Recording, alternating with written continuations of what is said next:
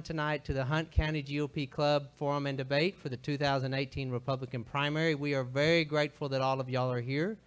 My name is Trey Bam, and I'm the president of the Hunt County GOP Club. This is being brought to you by us, and we are partnering tonight with the Hunt County News, which is a local news organization. As we get started, I'd like to recognize our past president, Dr. Graham Sweeney, if he would lead us in the pledges. Please stand. Let's face the United States flag.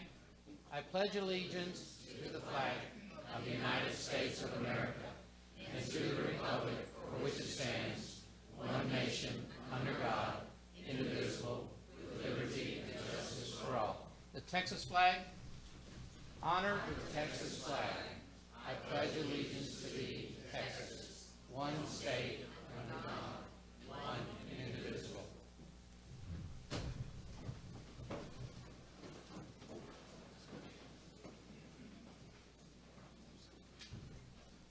Would you bow with me in prayer, please?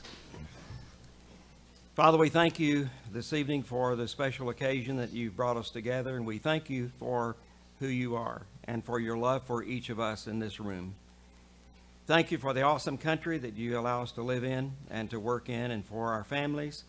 We thank you for the privilege we have of working and serving you wherever we live. And Father, we pray that you would just guide and direct and give wisdom for those who will be speaking this evening. And we pray that this might be just a valuable time for each of us as we hear from the candidates that speak. Thank you again for this time, and thank you again for your blessings to each of us. And we thank you in Christ's name. Amen.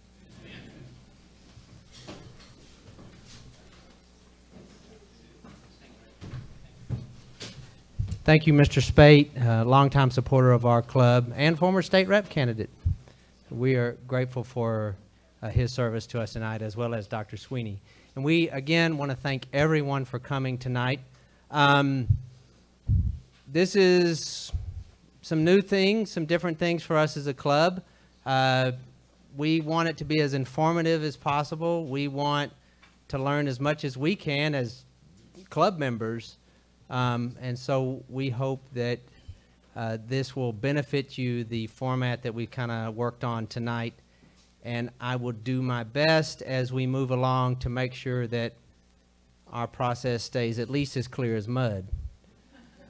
I have taken up the sign-up sheets, and we're going to kind of have 3 segments tonight, if you will, to just so you can kind of prepare yourself and maybe plan. We're going to kind of have a traditional forum part at the start, and I will call the candidates in groups, kind of a modified ballot order, if you will, to speak. Then we're going to have a break, and as I said, we're on TV, so we're going to have actual commercials. So during that break, we're going to do a little stage work, and then we will have our first debate of the evening, and that'll be for the state representative candidates. Then we're going to have another break and for commercials, and then we will have the state senate panel. So it's kind of 3 segments. I'm not really sure what's going to go longer than the other. So we are, in addition to being grateful that you're here tonight, we are also grateful for your patience. So I am now going to take my seat, and we will begin the forum segment, and I'm going to make some additional introductions and announcements.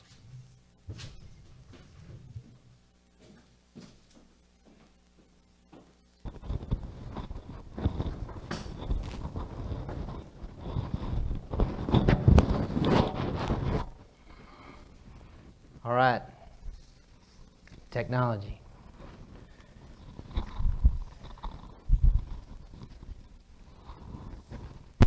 Excuse me just a minute.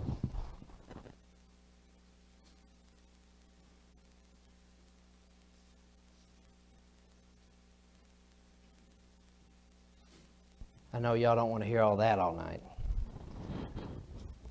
Okay,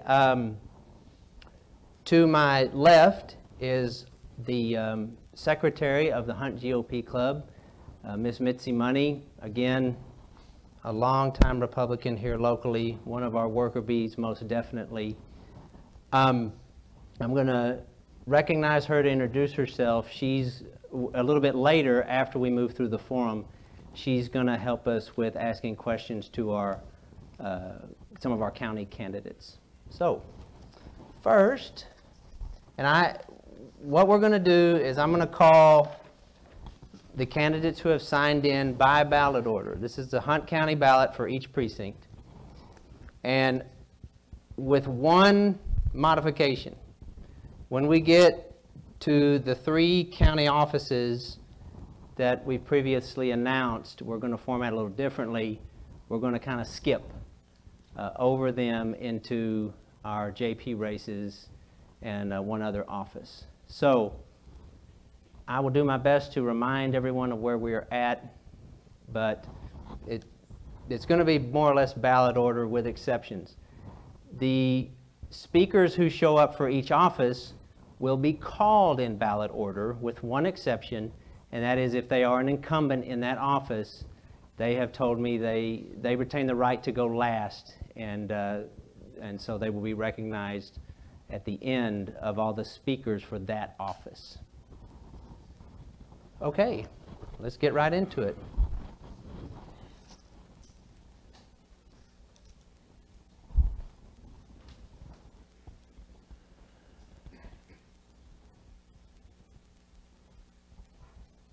First, I would like to recognize some candidates, and I believe there are surrogates for them, for the Commissioner of the General Land Office, as well as the Commissioner of Agriculture. If y'all are here for those 2 candidates, if you'd like to come over here and take a seat in this corner, I think we're going to try to do that to make this seem somewhat organized. We don't want y'all to get the impression that we're a professional organization. Anyone for General Land Office or the Commissioner of Agriculture?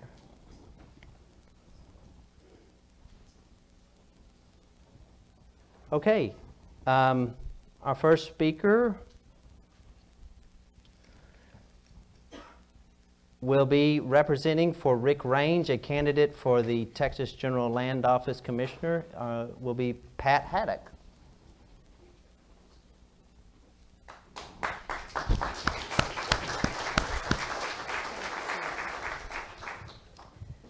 Rick asked me to tell you that he very much regrets not being here with you tonight in person. He sent me, and I'll do the best I can. First, how many of you know anything about the Reimagine the Alamo plan? Okay, good. Some of you do, some of you don't. If you'll pick up a brochure back there, there is more information in the brochure, and his email address is there, and I'll be glad to answer any additional questions.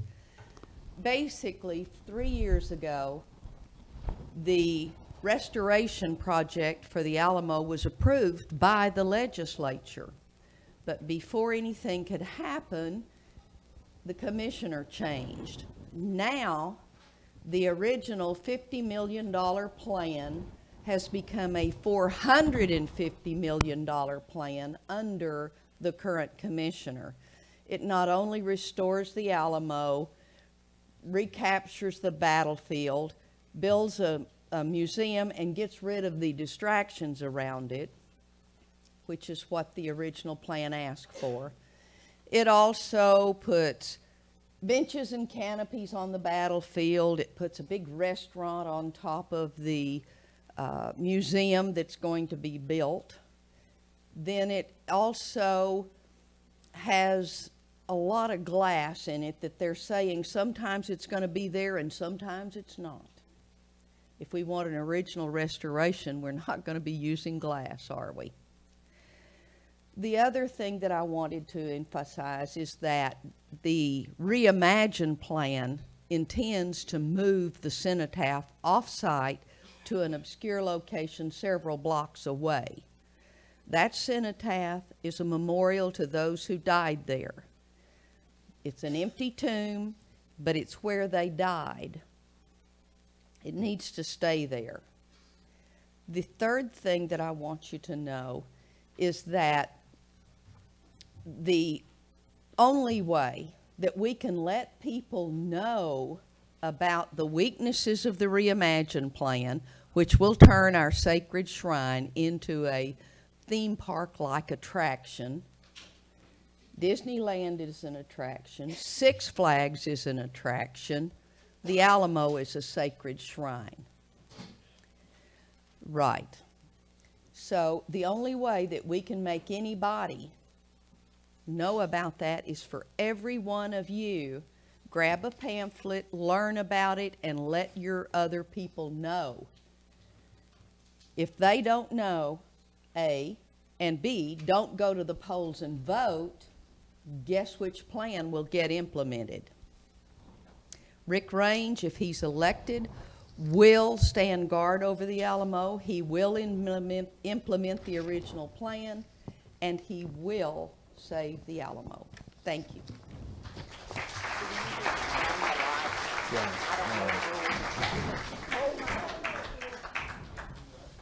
You did a good job.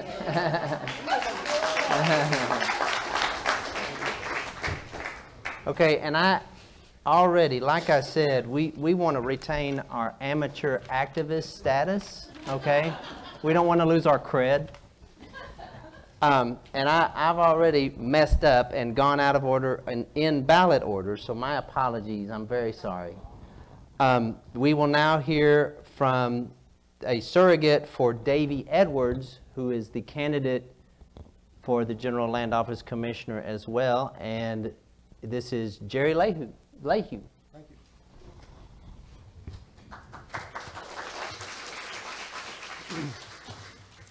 And I got words that I have to look at. Can y'all hear me all right? No? Hello, hello, hello? Yeah, feel free to adjust the mic however you need to. And I'm sorry to interrupt you. They do have lights back here, and it's, you know, if they're kind of looking at that or whatever, I may have to, if we're deep in the red, I may say something. But otherwise, thank you. I think I can make it in 2 minutes. All right. It's good to see everybody here. It's kind of scary. I'm here tonight to speak for Dr. Davy Edwards. Davy has spent the last 2 decades preparing to run for Commissioner of the Texas General Land Office. He is a professional land surveyor in Texas and Oklahoma. He is one of 60 licensed state land surveyors qualified to serve the state of Texas. He is also qualified to perform the same duties in the public land states for the United States Secretary of Interior as a certified federal land surveyor.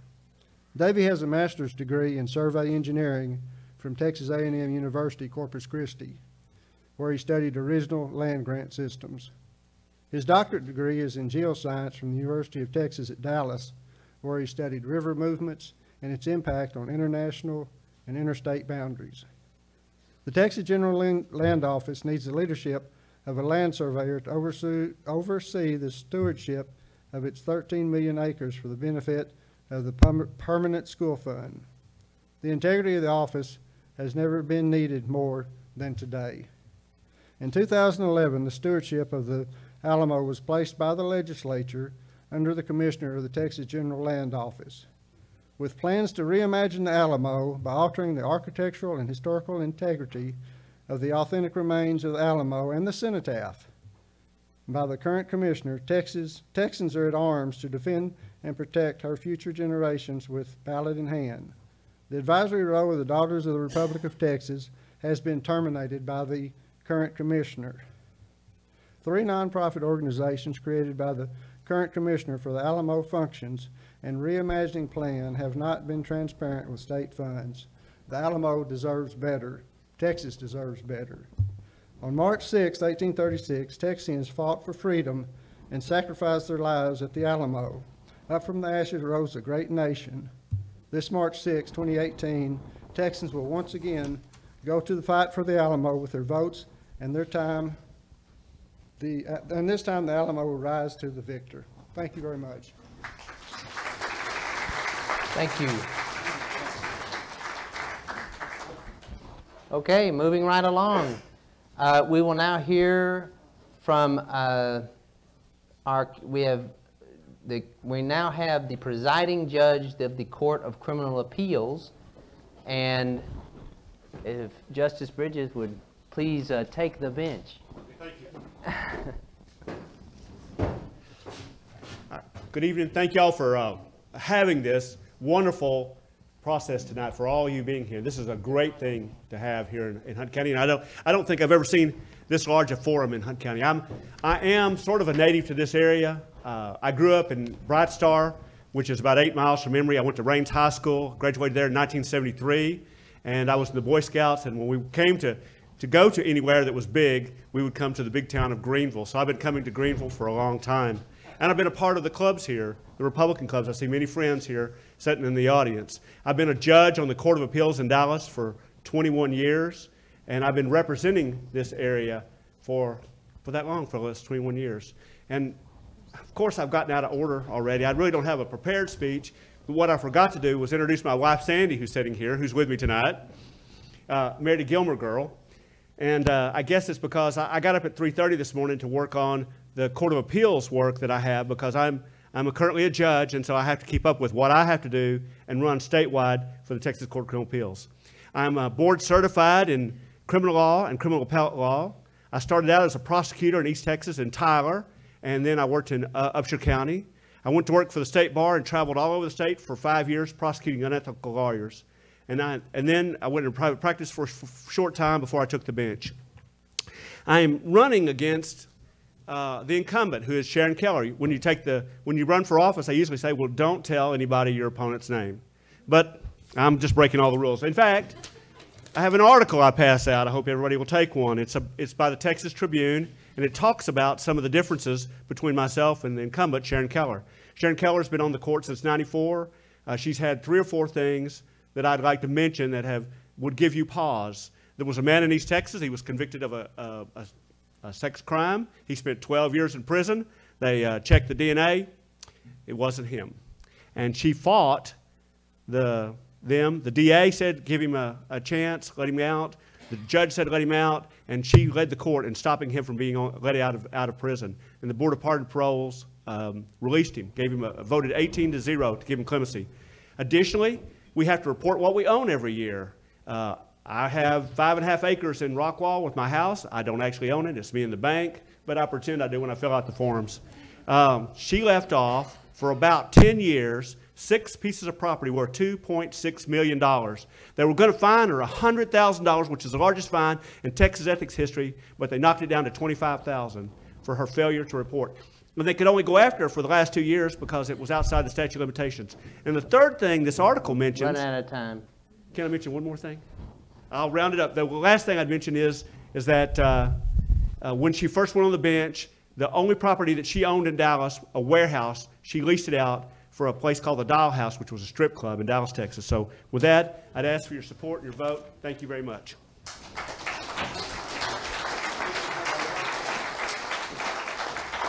Okay, thank you, Justice. Appreciate you coming out to the sticks. Now, if I could respectfully ask our GLO candidates if they would be willing to surrender their seats, or take one right here. If the appellate justice for the candidates for the 5th Court of Appeals wouldn't mind coming over here and taking a seat for both places. Tom Novak, John Browning, Dan Wyde, Randy Johnson, and Jim Pickle. If y'all wouldn't mind coming over here. And I did not see Mr. Cockrell's name down, but certainly if he's here. Okay. Okay, and we will begin with Mr. Novak for the Justice of the 5th Court of Appeals District, place 11. Thank you all, everybody, for coming out tonight. My name is Tom Novak. I'm running for place 11 on the 5th Court of Appeals. If I talk fast, it's not just because I'm a lawyer, but because we don't have a whole lot of time to cover everything. I wasn't born in America. I was born in communist Poland, and I came here in 1985. So thank you, Reagan. Thank you, conservatives, and thank you, Republicans, for that. I'm very blessed to be here. I grew up in Mesquite, and that's where I went to high school, where I went through pretty much my education until I went to Texas A&M University. So again, if you're keeping score at home, that makes me a Pollock Aggie. Makes me the smartest man in the room because those two things cancel each other out, right? So I went on to law school at Baylor University where I met my wife. We now live in McKinney, Texas with two beautiful children. Again, I'm very blessed and very thankful for the hard work of my parents. We all came here with nothing, and because of the American dream at that time, which was to work hard, do the right things, you'll be given the opportunity to succeed, and I think I've done that, and I'm grateful for it. That's changed a lot these days. I don't think people think that anymore, at least when they're coming over here. I think they come out with a handout. I tell you all that not because it gives me qualifications to be on this court, but it gives you an idea as to how I will vote, what kind of person I am, and why I really hate waiting in line for bread and meat and seeing tanks roll down my street.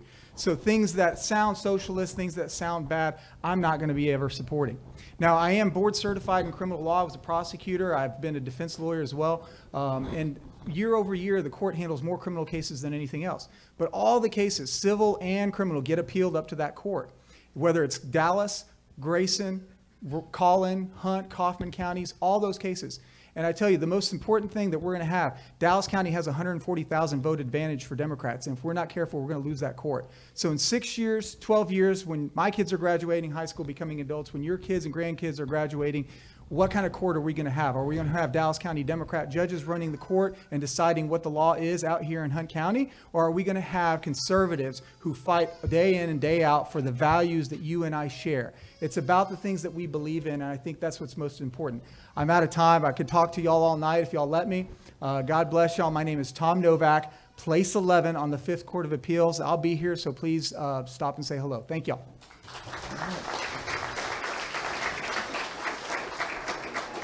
We will now hear from Mr. John Browning.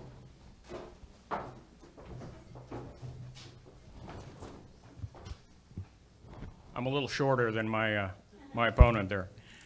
Good evening. I'm John Browning, and I'm also running for the 5th Court of Appeals, place 11. It's great to be back here in Hunt County. Recognize a lot of friendly, familiar faces from the Christmas party, from the monthly GOP morning meetings. It's great to be back here and to see so many friends.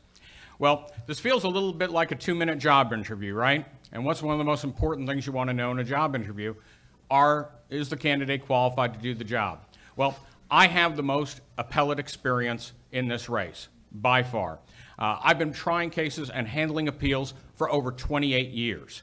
I have handled well over 100 appeals. A number of my cases have been what they call reported decisions, which help shape the law. My work has been cited by the 5th Court and other appellate courts as authority in their decisions to follow. You know, in terms of the appellate experience, it's not even close. One of the many fine organizations that endorsed me, Texas Right to Life, called my appellate experience unmatched. I think that'd be pretty important in, in a race for appellate judge. But as my wife, the smartest person in the Browning household, tells me, said, John, you've got a great resume. You've got the best resume in this race, but people don't vote for resumes. They vote for people. So let me tell you about me. I'm the 5th of 6 kids. I was the first one to get a 4-year college degree and the only one to go on and get a degree beyond that when I went to law school. I put myself through college and law school. I went to Catholic school. I'm a pro-life Catholic. I'm a life member of the NRA. And as you will see in the push cards that many of you have and that are available in the back, look at who else has done the time, has taken the time and done the vetting that you all may not have a chance to be fully informed voters. Conservative groups that you know and who share your values have done this. Every statewide and local conservative organization that has done that has endorsed me in this race. I'm John Browning. I'm running for the 5th Court of Appeals, place 11. I ask for your thoughts, for your prayers, your support, and your vote. Thank you so much.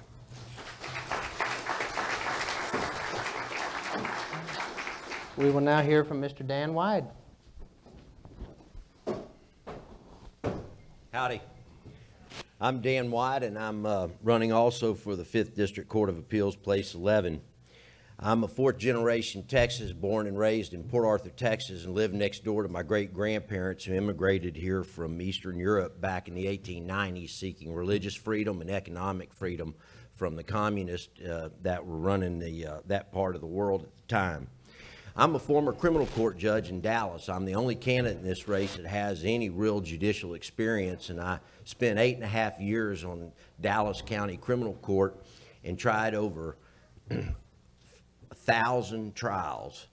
My predecessor had been terminally ill, and he really couldn't do much work. And once he passed away, I was appointed by a Republican county commissioner's court at the time in 1997, and I was 34 years old.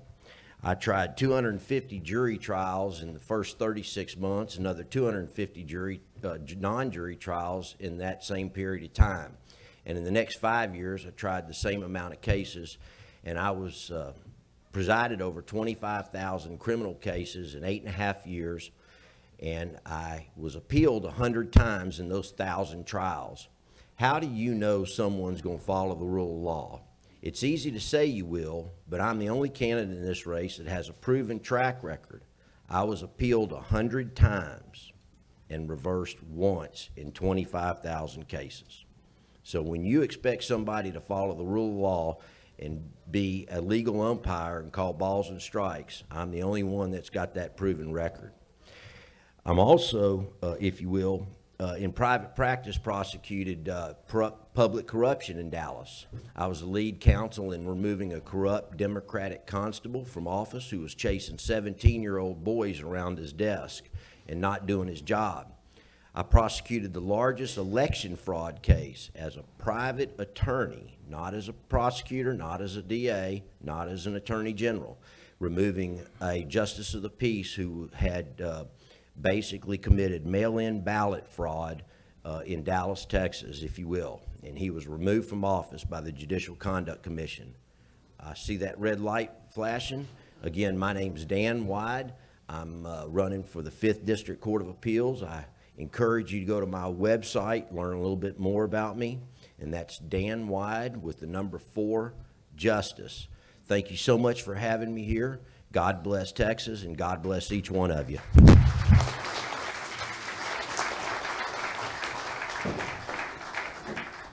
Thank you. Thank all of you for your willingness to run for place 11. We are very grateful. We will now hear from 2 of the candidates for Justice 5th Court of Appeals, place 12. First, we will recognize Randy Johnson.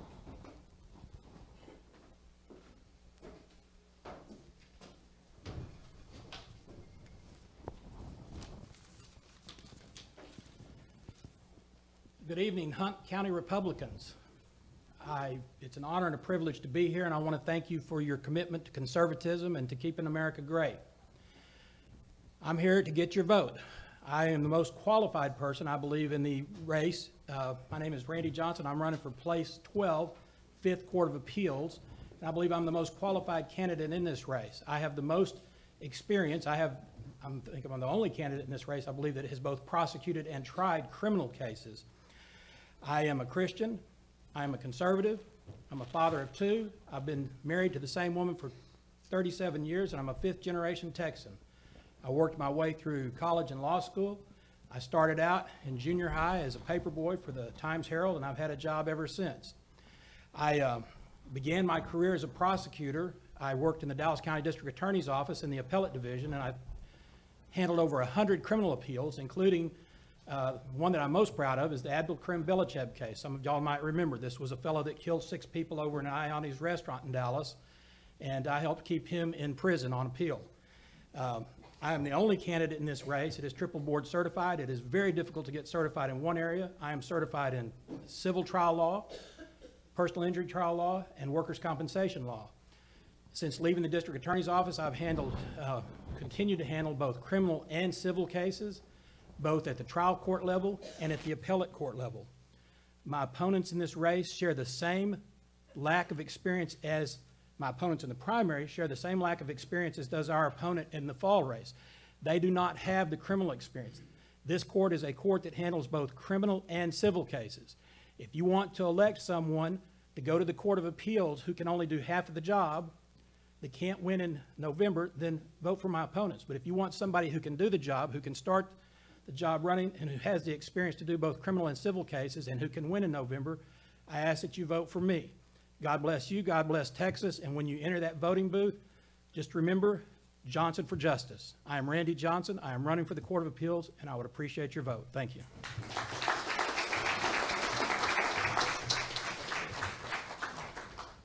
Thank you. We will now hear from Mr. Jim Pickle. Good evening. My name is Jim Pickle. I'm running for Place 12 on the 5th Court of Appeals. This is by far the biggest forum I've had yet. You guys should congratulate yourselves for the turnout, really. Informed voters are my best supporters. People will tell you they're qualified, and they'll tell you all they've done as lawyers and that kind of thing. But like Mr. Browning said, you don't really vote for qualifications. I've done over 500 lawsuits. I was lead counsel in the 7th largest case in U.S. history. I've been to the United States Supreme Court 9 times, tied with Ted Cruz. And I've had over 70 appellate matters, which is more than both of my opponents put together, I think.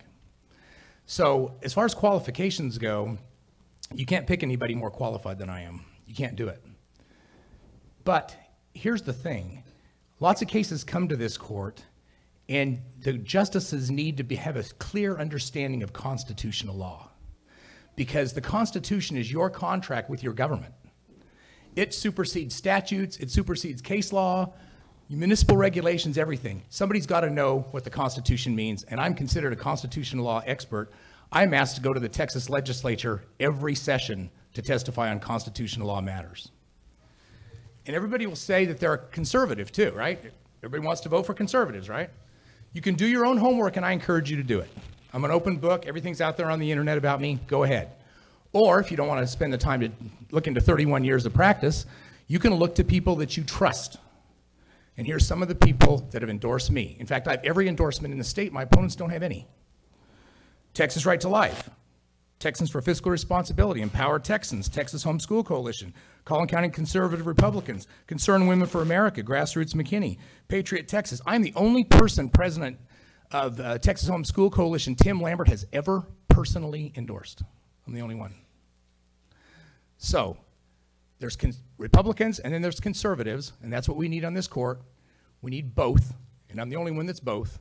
Jim Pickle for Justice Facebook, jimpickle.org, and because I'm anal retentive, jimpickle.com gets you there too, okay? Covered all my bases. And I would appreciate your support, your prayers, and your vote. Thank you very much.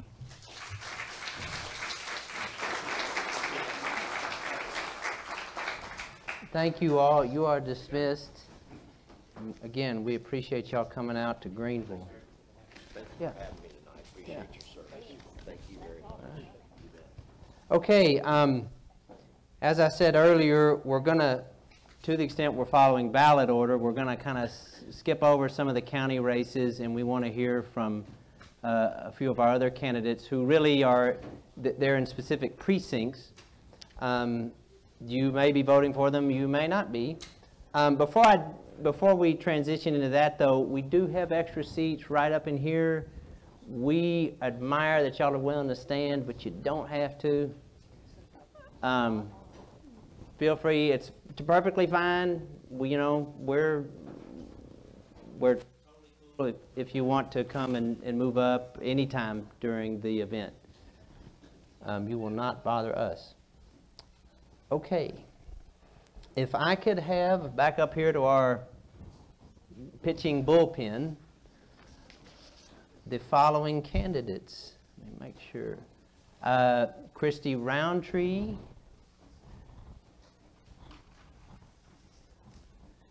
Dan Turrentine,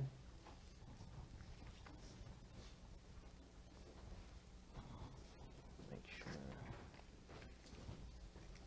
David McNabb,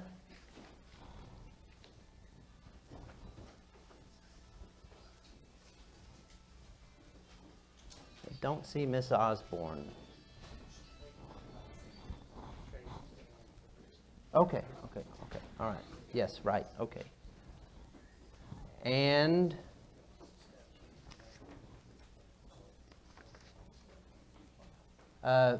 Carrie Cruz? You can have the floor if you want it. It's all yours. Okay, thank you for being in attendance. Carrie Cruz is unopposed for Justice of the Peace Precinct 2, if you live in that precinct. And let me make sure I've got everybody.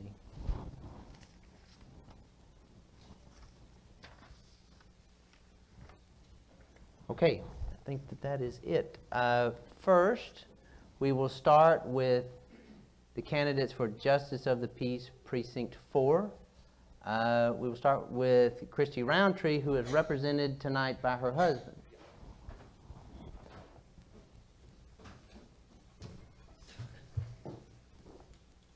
Take the glasses off so I can see. Makes sense, don't it? My name is John Paul Roundtree, and I am the husband for Christy Roundtree. We have a daughter, Savannah Wolver, and 2 sons, Case and Justin Roundtree. We live at Webb Hill near Wolf City. Christy Roundtree is running for Justice of the Peace, Precinct 3. Unfortunately tonight, Christy cannot be here. She's in Austin doing her annual training for court clerks through the Texas Justice Court Training Center provided through Texas State University. This is something she does every year and was scheduled back in August to attend this training. Christy has been attending these training sessions every year since 1995, and also every legislative update to keep up with the latest laws and regulations.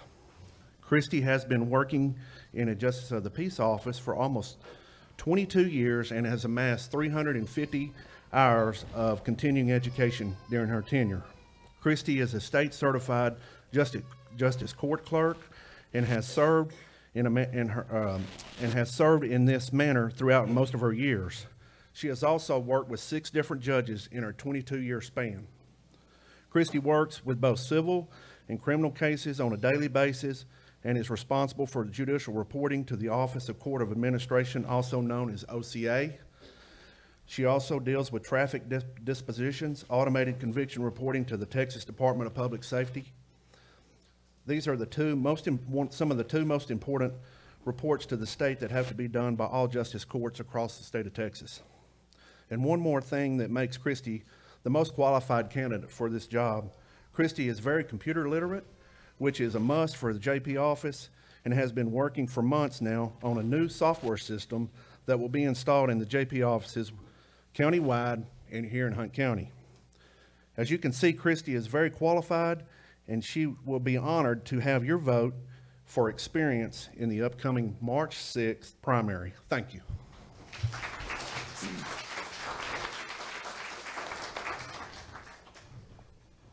Okay, moving right along, we will now hear from Mr. Dan Turrentine.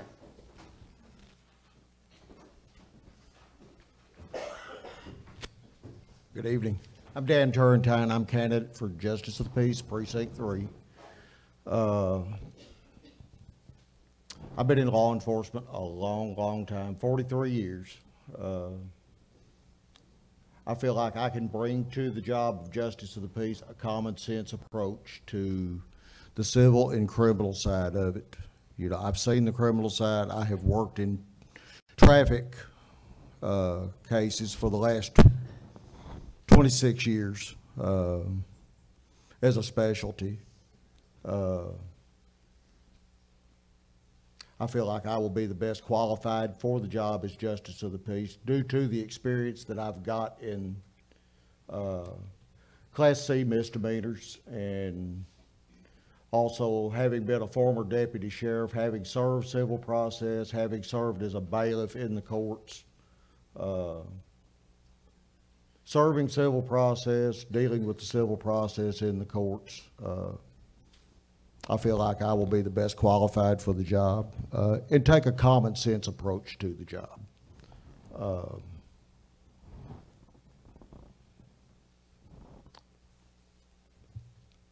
Like I say, I'd appreciate your vote on March the 6th.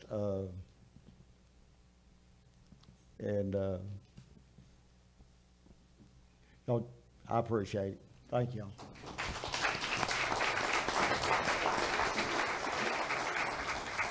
Okay, Mr. McAbee, did you want to go ahead and? Yes, sir, I will. Okay.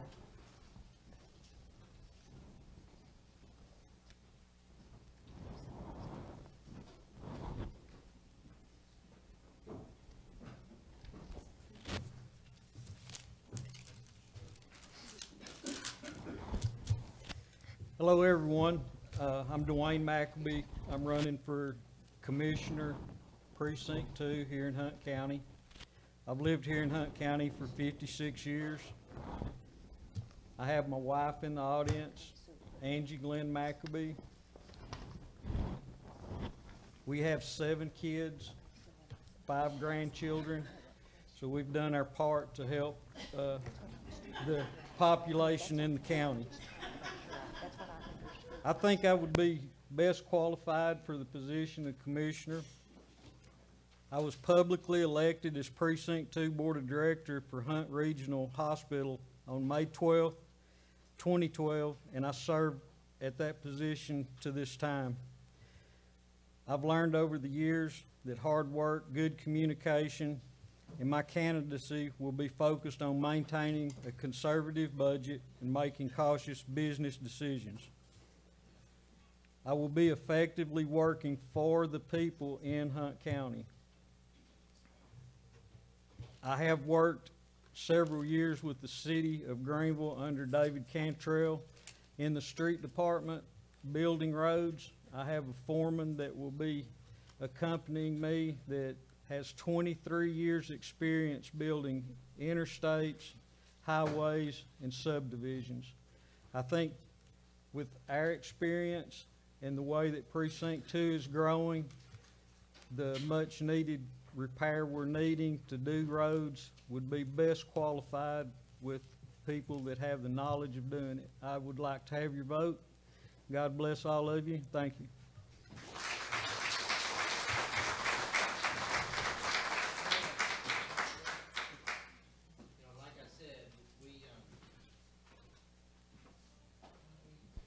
Not we, huh? Not we, Kemosabe. Like I said, we don't want to give the impression that we know what we're doing. But I got a little excited. We're moving into the part of the offices. It's the same format. They each get 2 minutes to speak, but Mitzi will ask them a follow-up. And we're going to do this with Commissioner 2 and the county treasurer candidates and the county and the district clerk candidates. So I apologize that I didn't quite set that off. Mitzi has one question for Mr. McAbee, and he has 30 seconds to answer. But we won't ask that until all 3 of them have said their 1.5 minutes. I mean, their 2 minutes each. So that the others Okay. All right. We can do that. We'll get back to you, I promise. Okay. I would now like to call Mr. Randy Strait, candidate for Commissioner to come up. They will all be asked the question once everyone has spoken.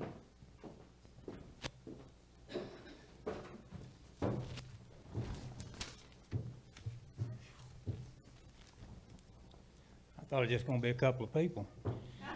Man, anyway, my name's Randy Strait, and I am a Christian, and I'm bound by God to serve.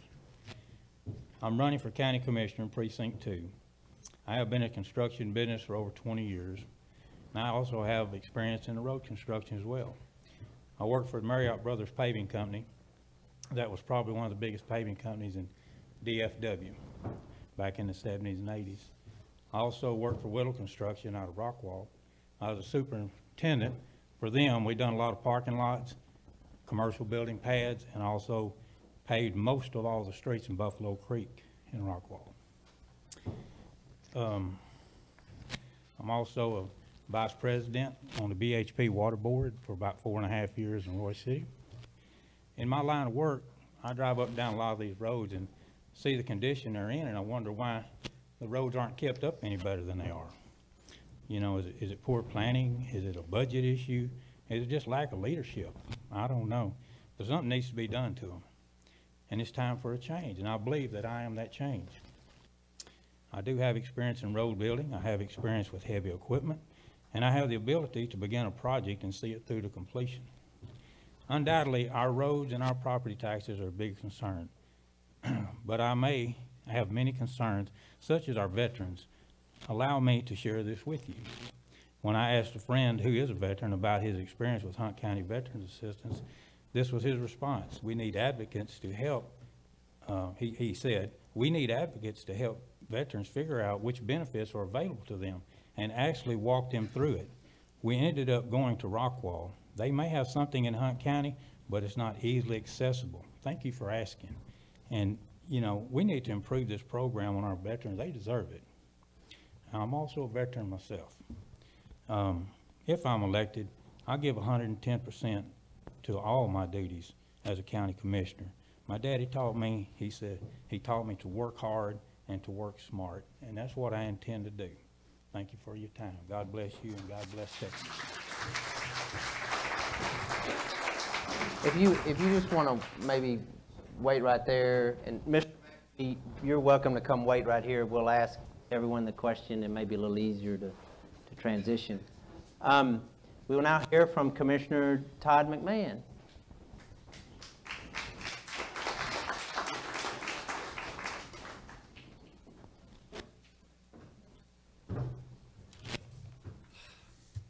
Well, good evening, everybody. It's good to see you all here this evening.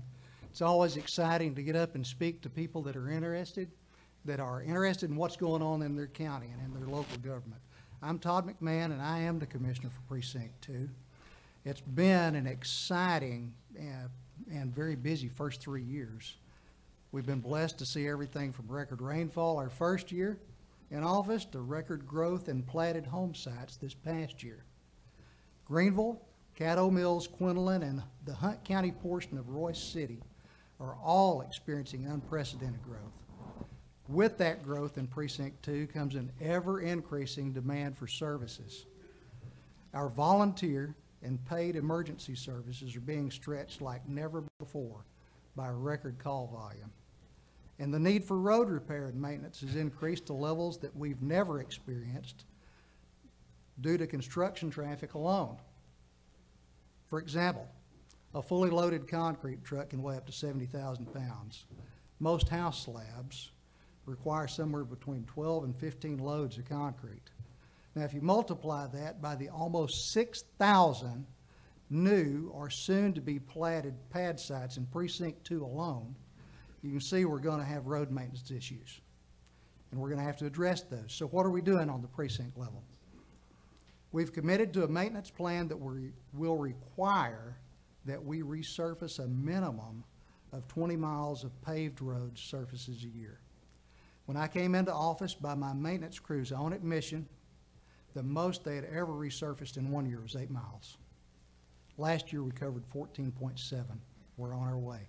This year we're confident we'll hit that 20-mile mark. I believe this is a realistic and sustainable benchmark. Look, it's been an honor and a privilege to serve this first 3 years, and I humbly ask for your continued support for the next 4 years. Thank you.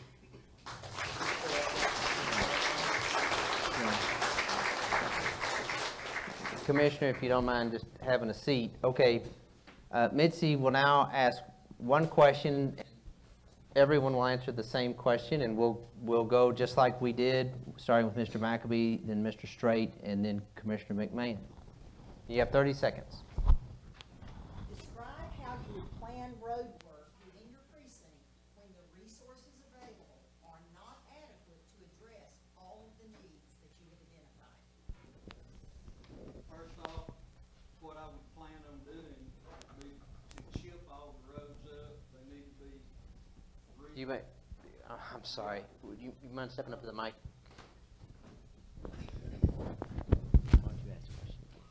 I'll ask the question again for you. Yes, ma'am. Describe how you would plan road work within your precinct when the resources available are not adequate to address the needs identified. The roads that are in such bad disrepair right now could be chipped and bladed to where they are smooth and not like a roller coaster until proper funding could be done to lay asphalt on them.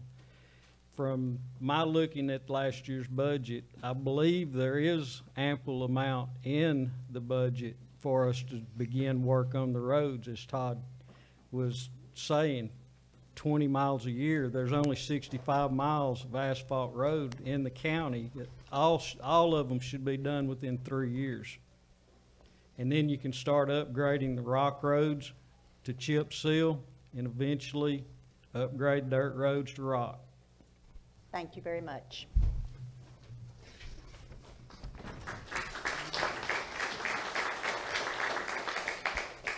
Mr. Strait. Describe how you would plan road work within your precinct when the resources available are not adequate to address all of the needs identified. Well, I think we need to start with the worst roads and possible and, you know, work our way up to the better roads. There's some roads better than others. They hold up a little better due to traffic, which Brother Todd mentioned there about heavy equipment, trucks, things like that.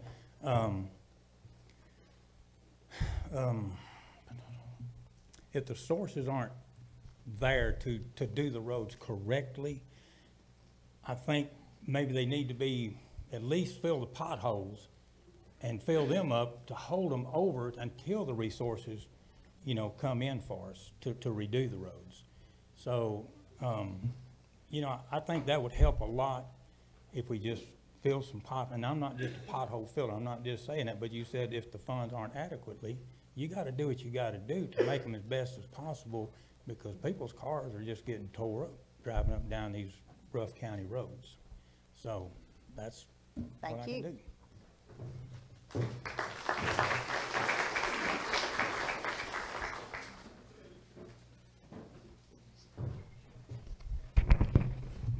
Describe how you would plan road work within your precinct when resources available are not adequate to address all of the identified needs. Well, that was a trial by fire our first year. When I mentioned that record rainfall, that was something that we had to do. We had to address situations that were emergency, as needed, on time, real life scenarios. We had roads that washed out, we had culverts that washed away. Everything was a first case, most needed repair at that time. And that's how we expended our funds. Now, as far as the amount of roads and paved roads we have 306 miles of roads in Precinct 2. 123 are paved roads. 123 miles are paved road miles, not 63. So we do have that struggle. Our funding has gotten better. We've got better at allocating and using what we have, and we're getting really fine-tuned. Thank you.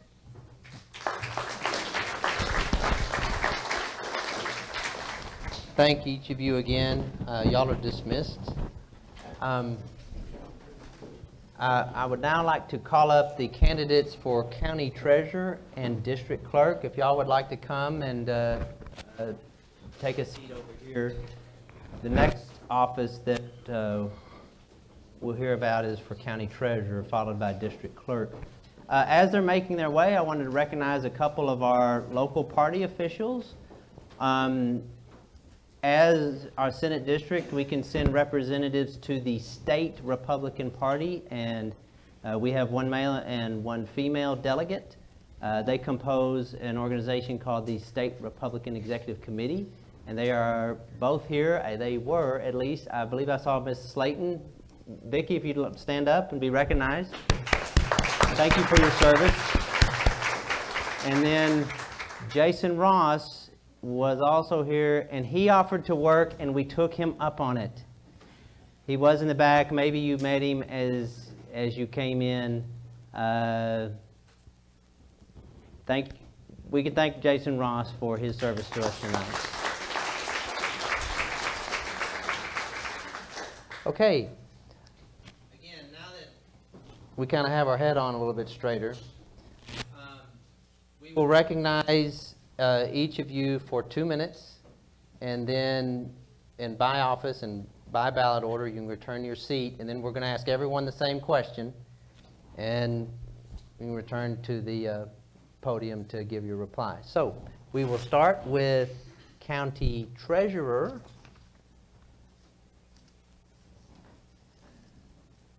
And the first candidate on the ballot is Brittany Espino Turner.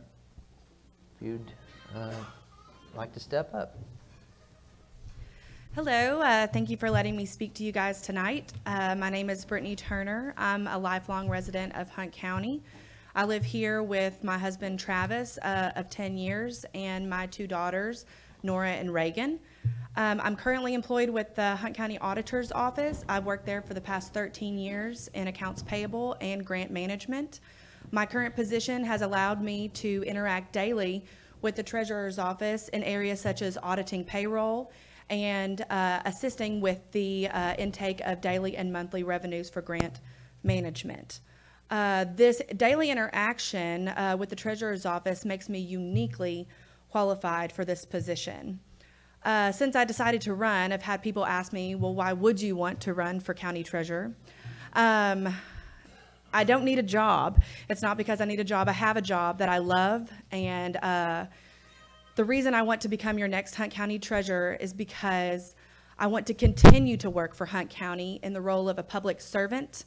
I love Hunt County. I love the citizens of Hunt County. And I would love the opportunity to be able to serve them by protecting and safeguarding their hard-earned tax dollars. Our outgoing treasurer, Ms. Dolores Shelton, has ran her office with integrity, honesty, and transparency. If elected, I would continue to build upon the progress that she has made over the past 20 years and only change anything that would reflect in the best interest of Hunt County. And again, Ms. Shelton, I appreciate your encouragement, your support, and your endorsement in this race. In closing, I feel like I am the best candidate for this position. I just ask that you would think of me on the ballot on March the 6th, and when you vote for Brittany Turner, you'll vote for experience, and you'll have a vote that you can trust. And so I graciously and humbly ask for your vote on March 6th. Thank you very much.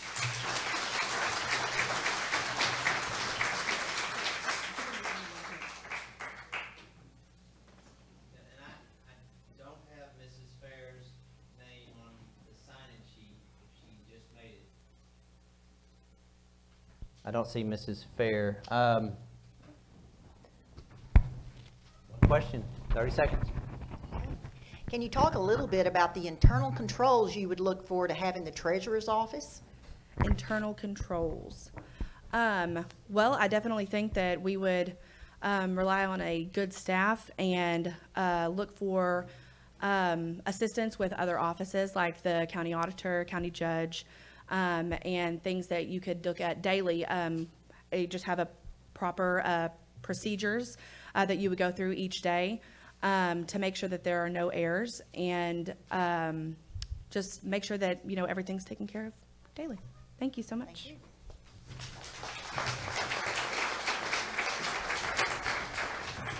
you. Okay, thank you. We will now move on. District Clerk. We will now move on to District Clerk.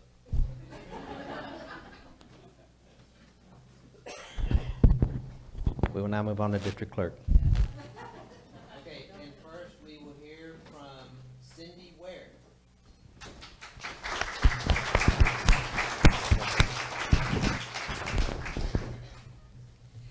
Hello, everybody. Good evening. I am Cindy Ware. I'm employed with the Hunt County Community Supervision and Corrections Department, and I've been there for just about 11 years. During that time, I've advanced through 6 positions. I've created 2 of them.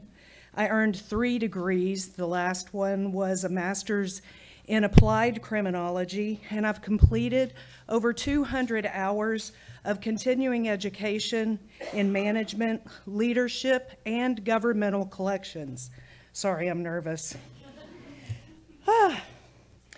I've held the position of the court officer for the 196 and the 354th District Court for 5 years. I've established very sound working relationships, and I've become uniquely aware of the interaction between the district clerk's office and those they serve. I've paid particularly close attention to the relationship between the district clerk and the courts, and I'm abundantly aware of what a distinct role it plays in the efficient operations of the courts. I have no doubts that my professional relationships, my resourcefulness, and my hard-working attitude will aid me in a very smooth transition into the district clerk's position. I would like to be your next district clerk because it will give me an opportunity to serve you, the citizens of Hunt County, in a new and challenging way, and it will enhance my knowledge and professional growth.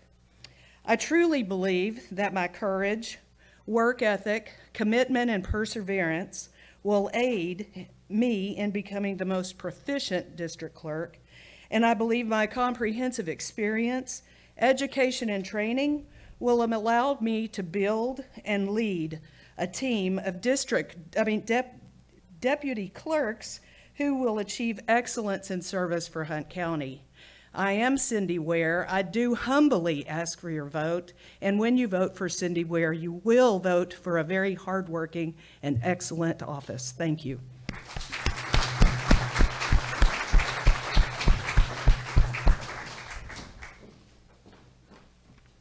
Okay, we will now hear from Ms. Sandra Linson Bell.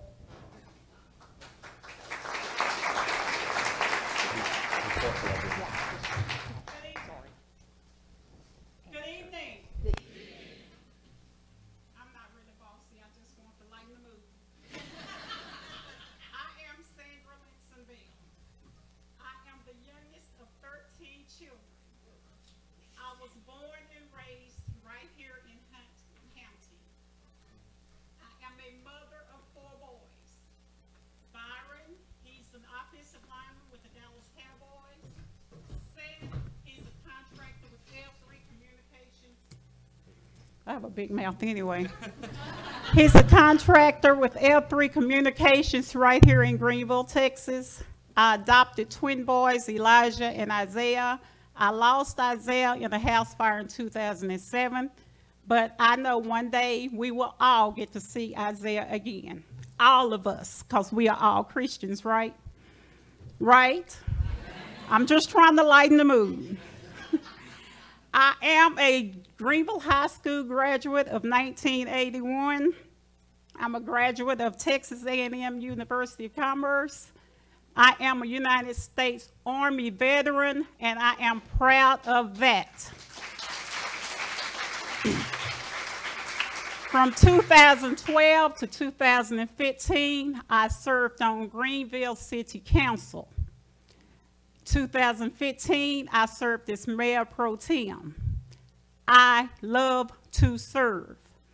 I am a member of New Jerusalem Missionary Baptist Church here in Greenville, Texas. I am the youth coordinator. I am the youth choir director, and I am also a member of the women's ministry. I love God. This is my destiny. I have claimed this victory. I strive to find a meaningful work. Anything that I can do to serve, that's what I strive to do. I'm not just focusing on what I love to do. I want to focus on what I can do to serve you. So, beginning, I'm not talking March. I'm talking early voting. February the 20th, I wish to see you all vote for Sandra Linson Bell as your next Hunt County District Clerk. Thank you.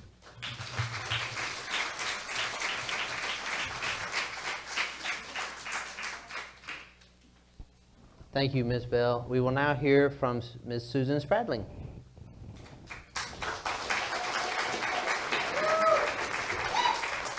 Thank you, Trey. Thank you all for coming tonight. Thank you for the opportunity to speak with you. I am Susan Spradling, and it is a pleasure to be running for Hunt County District Clerk. The District Clerk files and maintains district court records. We file felony criminal cases, civil, family, attorney general, and CPS cases. We manage, trust, and registry the court funds, and we also handle the jury process. You're welcome for your jury card. In 2015, we began e-filing for civil and family cases. Over the past year, we have been working with Tyler Technologies to build a new database system countywide. In my 18 years with the district clerk, I have worked every case type. I have worked the jury process, and I have worked as court clerk for both of our district courts. In my 8 years as chief deputy, I have managed trust and registry of the court funds. I'm sorry, I've been there 9 years as chief deputy. Cut myself short. I have worked every type of case filing that comes through our office. I have worked the jury process. I have worked as court clerk.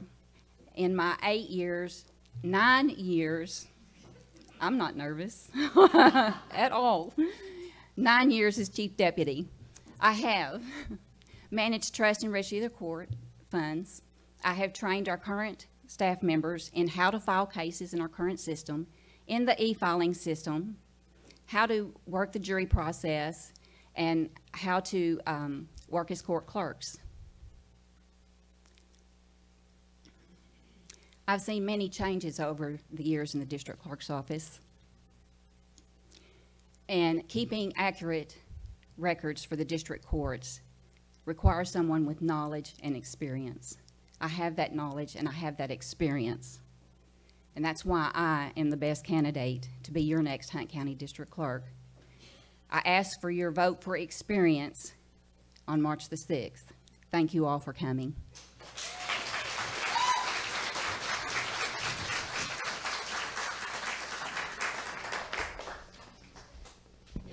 Yes. I'm live.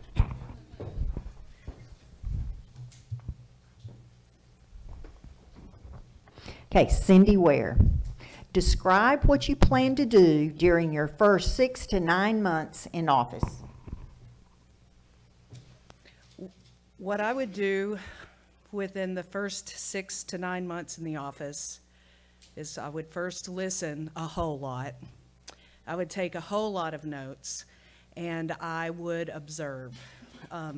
I think big and start small, and I determine and prioritize until I would make my team the best team that Texas has ever seen. Thank you.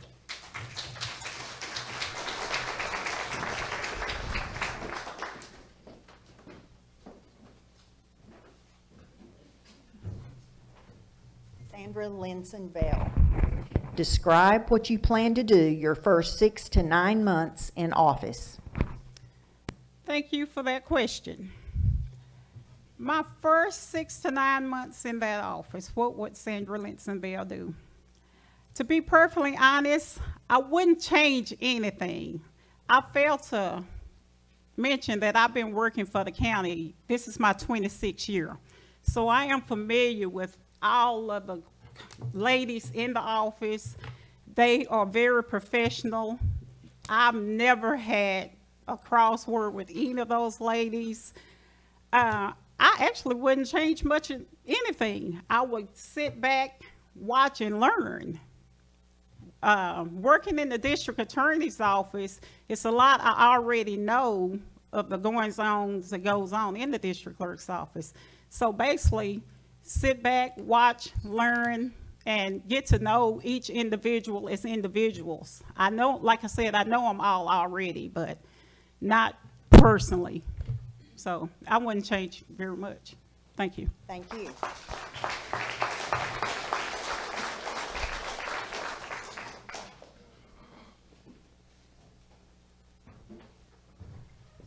Susan Spradley, describe what you plan to do during your first 6 to 9 months in office. Through the years, I have watched my boss, Stacy Landrum, operate the office by the book.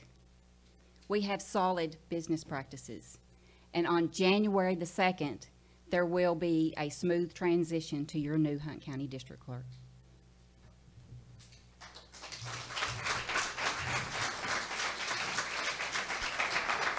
Well, thank you, Ms. Freiling, and thank each of you for, again, your willingness to run. You may return to wherever you were sitting. My favorite thing about doing this forum is actually produces a dilemma, but when I hear all the quality candidates that we have in Hunt County that are willing to run and willing to serve, I have a moment of community pride. So thank all of y'all for your willingness to serve and for coming tonight and participating. And also thank our judicial candidates, starting with Justice Bridges, and our appellate court candidates, as well as those who came for the land office. Okay, that concludes our first, I guess, kind of segment. We've got commercials and a little bit of stage work to do. We're going to have commercials, then we're going to do something a little different. A member of the Hunt County News is going to, when we call you back to your seats, we hope you would do that as quick as you can. A member of the Hunt County News is going to pick on some of you and see maybe what your thoughts are about the evening or what issues you think are important. So you don't want to miss that. We're going to take a 3-minute break, and don't go far. The women's restroom is here. The men's... Auto Doc, a family-owned and operated auto repair facility since 1989. Hi, Julie. Hi, Marianne. How may we help you? Doc, I think my car's sick. What can you do to help me? Well, you came to the right place. Doc will change your oil or make major repairs such as brakes, air conditioning, exhaust, shocks, tune-up, or even major surgery. Claire! Come and let the technical team at AutoDoc service all of your automotive needs. Lone Star Pawn and Bargain Center, 6509 I-30 on the frontage road in Greenville. Your one-stop shop for TVs, electronics, computers, and gaming systems. Lone Star Pawn offers a giant selection of hunting, fishing, outdoor gear, and firearms. We have the best prices on diamonds, gold, and jewelry. We got everything from lawn and garden equipment to job site tools and musical instruments. So for the best deals and pawn rates in town, come see us on the south side of the frontage road in Greenville. Hi, I'm Bob, the owner of Bulldog Carpet Cleaning.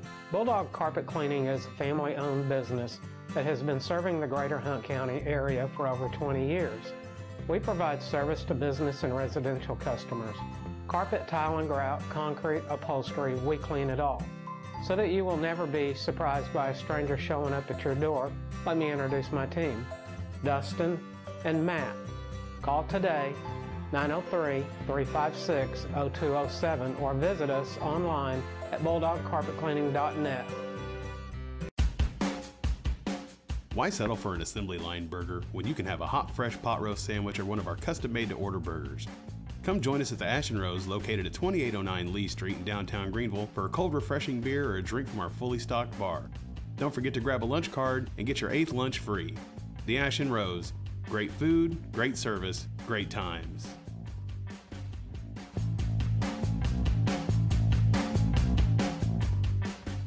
Hey, this is Paul Kelly with Allstate Friendly Insurance with a way to save you money or make you money.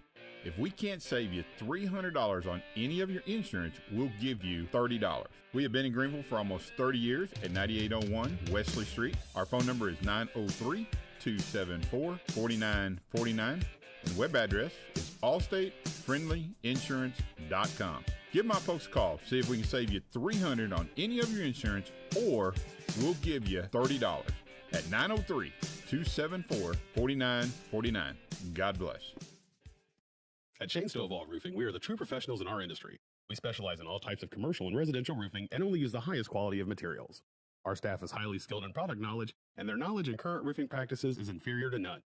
Whether it's a re-roof or a complicated insurance claim, we're here to help you out.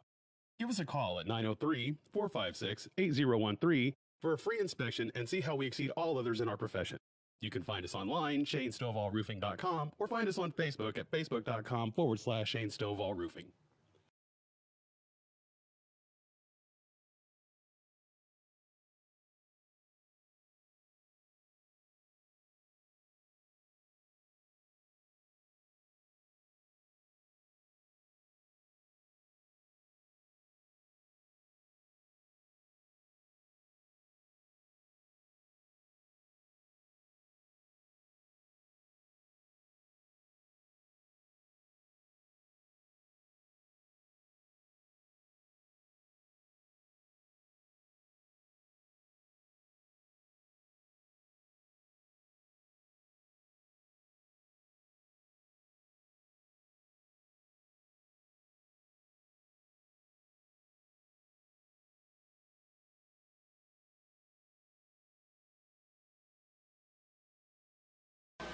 For those of you who are online, thank you for joining us live.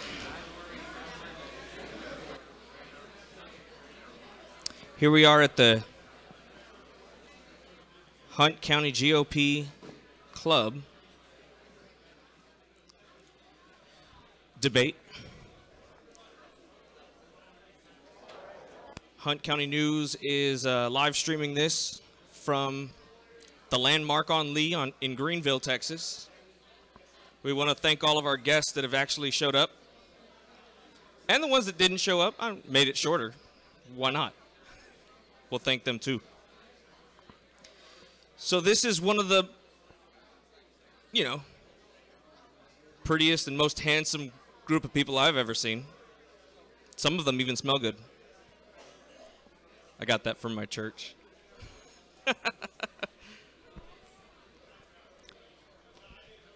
All right, here's my first victim right here. Sir in the yellow shirt, how are you doing? Nope, nope, nope, you can't run away. Nope, nope, nope. Where are you from? Where did you come here from? Greenville. And what it is that you do? I'm retired and I do whatever my wife tells me. Which one's your wife? Can we ask her her name is? Is she here? Yeah. Where is she? She was on the panel. Oh, she was on the panel. Mitzi Money. Mitzi Money. Well, thank you for coming in, and safe trip home. Who's next? Do we have any volunteers? Anybody? Anybody? Okay, this young lady had a camera on her, so she's probably ready to be in front of it, isn't she?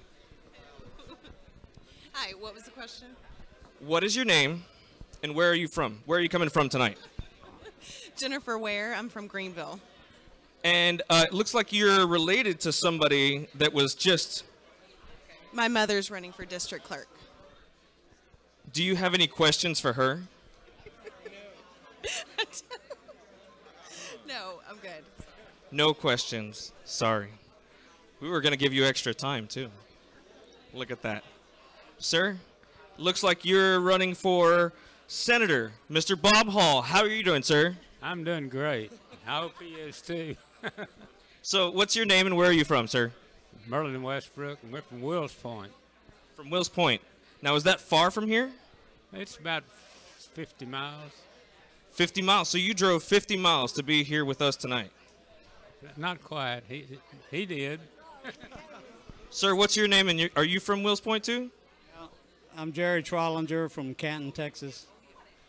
Wow. So I want to thank you for coming here and filling up our audience. It makes it look like we know what we're doing. And from what I've heard over and over again, we don't know what we're doing. No, we do not. How are you? We do not. Sir, what is your name and where are you from? James Evans, Greenville, Texas. Mr. James Evans, what it is that you do?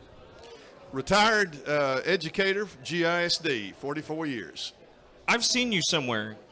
Is it something that we've seen on Hunt County News at all?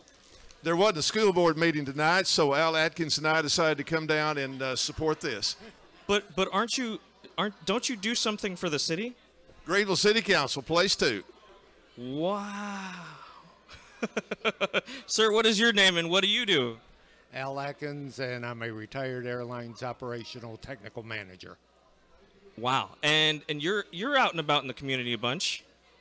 Where can we see you on a regular basis?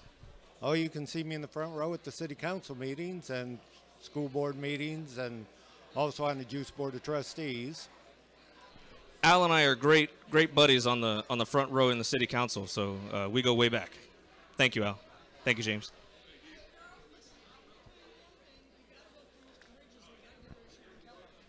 What was that? I was saying we have to vote for Mr. Bridges and get rid of Sharon Keller as the Chief Judge of the Court of Criminal Appeals. Is that how you really feel? I'm an attorney. I do death penalty cases. I don't like judges who tell me that, well, the clerk's office is closing at 5 when there's a man fixing to be executed. That was Sharon Keller. That was he didn't get to it, but that was one of her other scandalous moments as the Chief Judge of the Court of Criminal Appeals. Right. So what is your name and what it is that you do?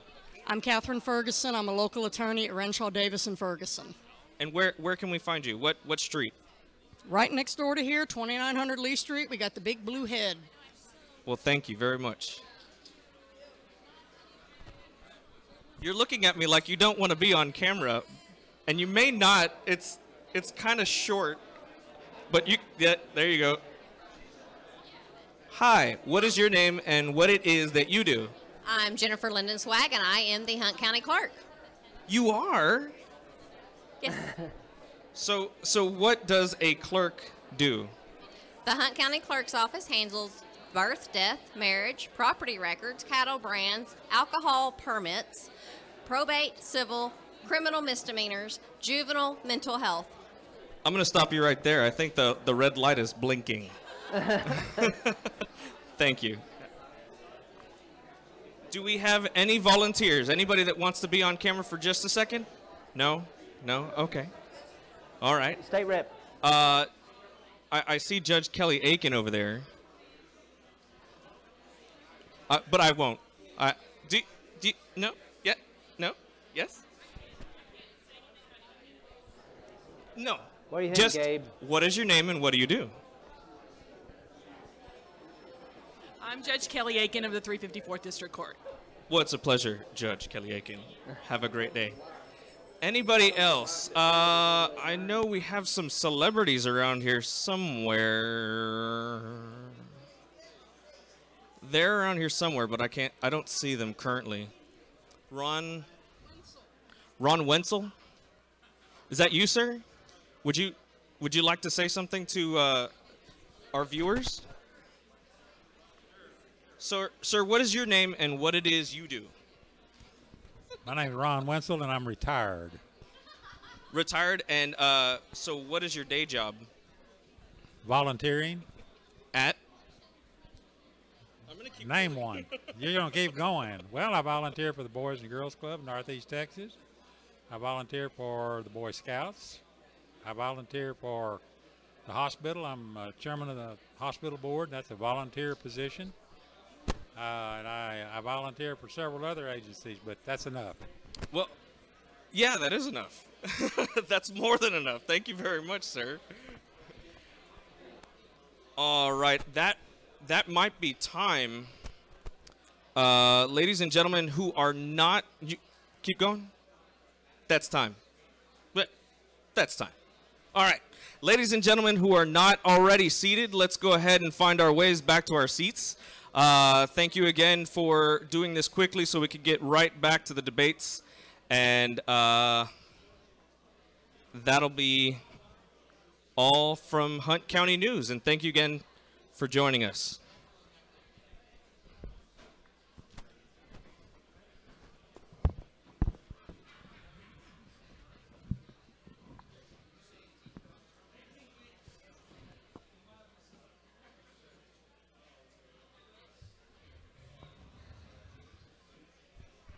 Okay, if everyone would make their way back to a seat. We have a lot more seats open up here towards the front. Do not feel like that you have to stand. We're going to get started right away. Thank you again, Gabe, for keeping it interesting. Every little bit helps. Internet streaming, the freedom, the new free world. If everyone could take their seats, we're going to go ahead and get started. As I explained earlier during the evening, we started out with kind of a forum format, and then they are not tuned in. Do we have a bell? If everyone could go ahead and take their seats, we're going to go ahead and get started. Oh, okay, okay.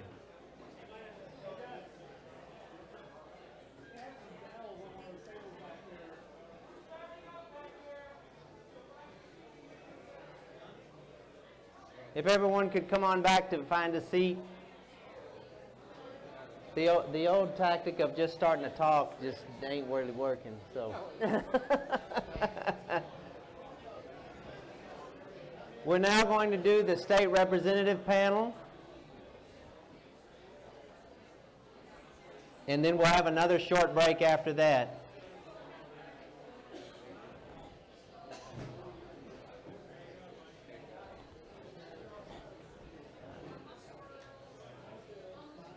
If everyone could please return to their seat.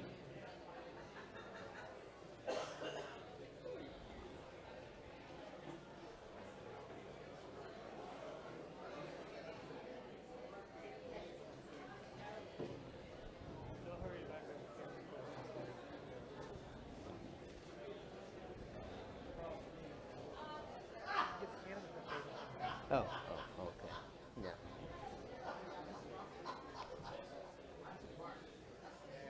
All right. Thank you, everyone, for returning to your seat.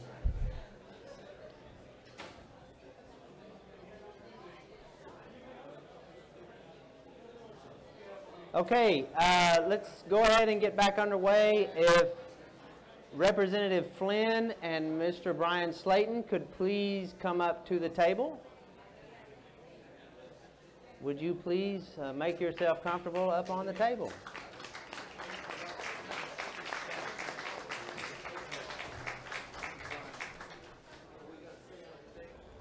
You can pick wherever you want to sit. You can stand. You can do whatever you want to do. Careful.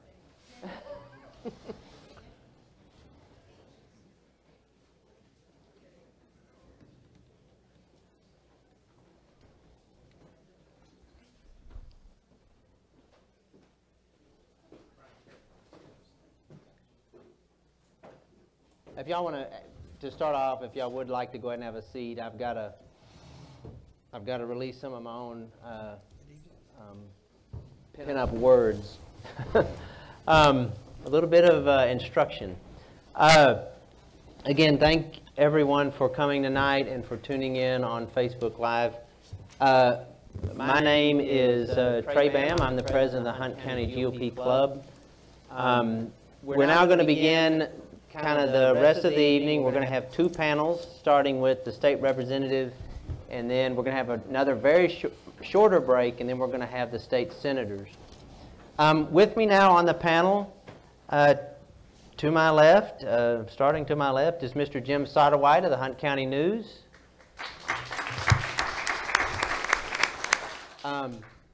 Jim's family settled here in Cache. He is a retired military veteran from the Air Force. Yes, Air Force. I got it right. Thank you, sir, for your service. He is an entrepreneur, has started several businesses, and his latest venture has been with the Hunt County News. So thank you so much for being a part of this tonight. We appreciate it. Well, thank you for asking me here. Yes, be sure and watch Hunt County News on Facebook or huntcountynews.org. All right. And moving on further down the line is our Hunt County Republican Party Chairman, Mr. Mark Hutchins.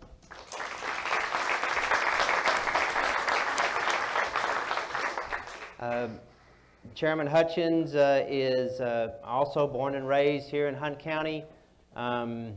He is a legal assistant, paralegal technically, and how many, you have a little one, how many little ones do you have now? I have two, with one due in June. Right, so okay. Another one on the way. And again, I was raised here. I've kind of been involved in Republican politics since high school here and really all over the country. I've worked as a staffer, as a consultant on just about every level of government, from hospital board on up to the U.S. Senate. So, yes, I carry around a lot of strange and useless information in my head. I survived. I tell people I'm a recovering Hill staffer. What we're going to try to do tonight, it's, you know, we kind of want to, instead of having kind of the standard speech and then maybe a question and, you know, an answer and then a closing, we kind of wanted to do things tonight maybe a little bit differently, maybe try to really drill down on the issues and what's important this election cycle, what our candidates think is important. I'm going to go ahead and try to explain this as clearly as I can. The good news is, if I'm clear enough the first time, I won't have to do it again at the Senate panel. So, each candidate will get to do a 2-minute introduction. Then each of us will ask a question. We'll ask a question starting in order from marked this way. Then we're going to ask a second round of questions. So basically, each of us will ask 2 questions. And then at the end of that, we will have closing. And both of the incumbents for these offices will speak last. Prior to that, the way we're going to do the questions,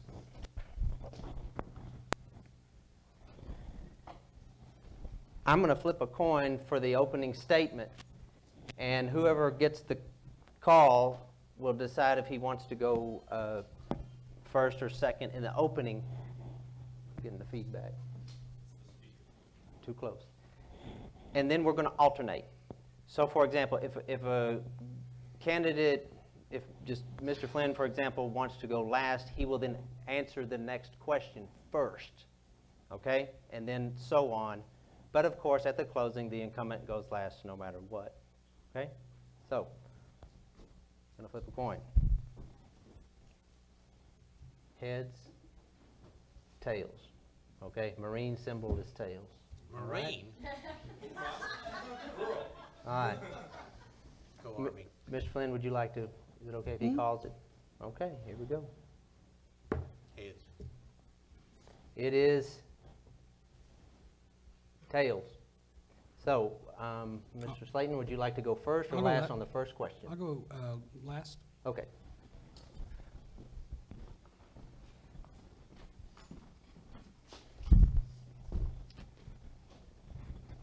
I'm sorry, you will go last on the opening statement. Yes, sir. Again, presence of mind, the most precious commodity that there is. Okay, each candidate has 2 minutes to start and 1 minute to close. When we get to the questions, there's no time limit. We will ask our question, and we kind of have a soft time limit of 4 minutes. But again, we kind of want there to be a little more discussion than probably is normally in a debate. Each of us has the option of asking 2 follow-ups, and that's for clarification, okay? We promise we're not going to be argumentative, okay, or give you the 3rd degree. That's really just to help us maybe understand the question or make sure we are satisfied with our answers. But there's a soft time limit when we do the questions. We will, you know, hopefully wrap it up in a civil way. We will not, our pledge to you is when we ask the questions, we will not, if we ask a follow-up, we will not ask that follow-up until both of you have had a chance to answer. Okay. We will make sure that each of you gets a chance to respond. Okay, we will start with Representative Flynn with your opening statement. Thank you, Trey. What an honor and a privilege it is to be here, and I'm so pleased that so many folks wanted to participate in this process. It's been my honor and privilege to be able to represent you in the Texas House, 8 sessions that I have served. And you need me to pull this down? Okay. This was a session that I'm particularly proud of because I think that we were able to accomplish a lot of things. And I think that I came away from this session being a person that they say that I can get things done. And that's been sort of the mantra that I've tried to always work with as I've gone through my service in the Texas House. This session, at the end of this session, I was awarded by the Texas Conservative Coalition as one of their champions. The Texas Insider called me one of the best legislators. I was chairman of the Pensions Committee and also serve on the Defense and Veterans Affairs, and I also serve on the Sunset Commission. And it's been an honor for me to be able to serve on the Sunset Commission because this is my 2nd tour on the Sunset Commission. Everybody runs for office wants to be sure that they're in a position where they can make things happen. So often that opportunity to make things happen is kind of slim and none often. And the Sunset Commission, you get to make a difference. And that's one of the things that I've enjoyed about being on it. And it's one of those things, this particular session, we worked on my #1 priority was to ban Sharia law in Texas. I felt like that we were hearing a lot of problems that were going on, particularly in the western part of the state.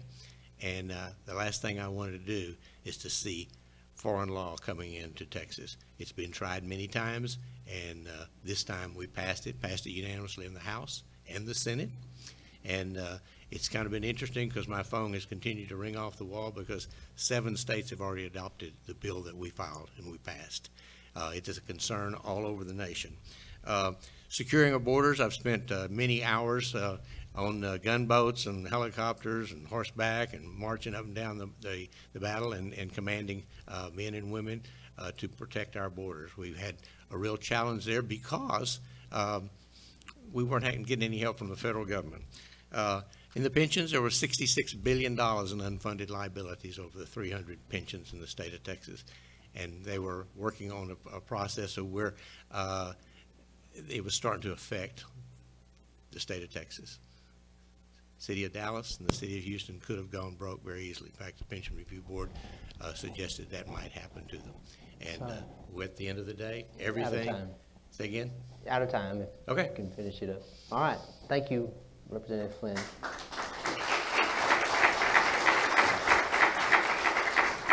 Mr. Slayton, your opening statement. Thank you. Thank you to everyone that's here tonight and all those that are viewing. It's great to be here in this room with so many people. And just to tell you a little bit about me, I was in the ministry for about 13 years as a youth and family minister.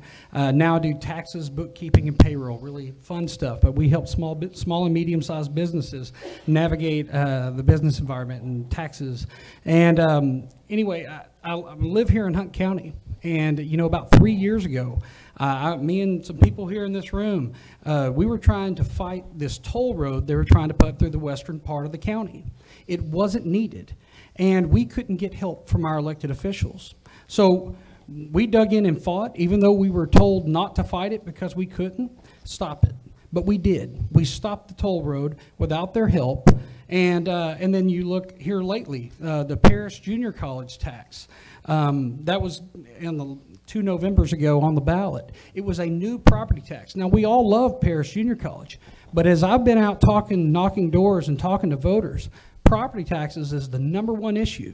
And they didn't want a new tax on them. They're already complaining about their taxes going up too high over the past 10 years or so. And we didn't have any help again, just citizen-led, and I was the spokesman for the group, and we fought against that, and we beat that property tax as citizens of Hunt County. And so I tell you that to tell you I have been active in fighting against unneeded taxes. I've been active in fighting against an unneeded toll road that was going to take people's land, and all for a boondoggle of a project. The man from Dallas admitted it wasn't even needed. And we see what's going on in the Texas House, where they're failing our Republican values, failing our conservative principles. The 2 people who passed the most bills out of the Texas House this session were in fact Democrats, and that's with 2/3 Republican control. That's a problem. And if that doesn't bother you, then we just see things differently. But I don't see how they could have that much success whenever we have 2/3 Republicans. Thank you. Thank you.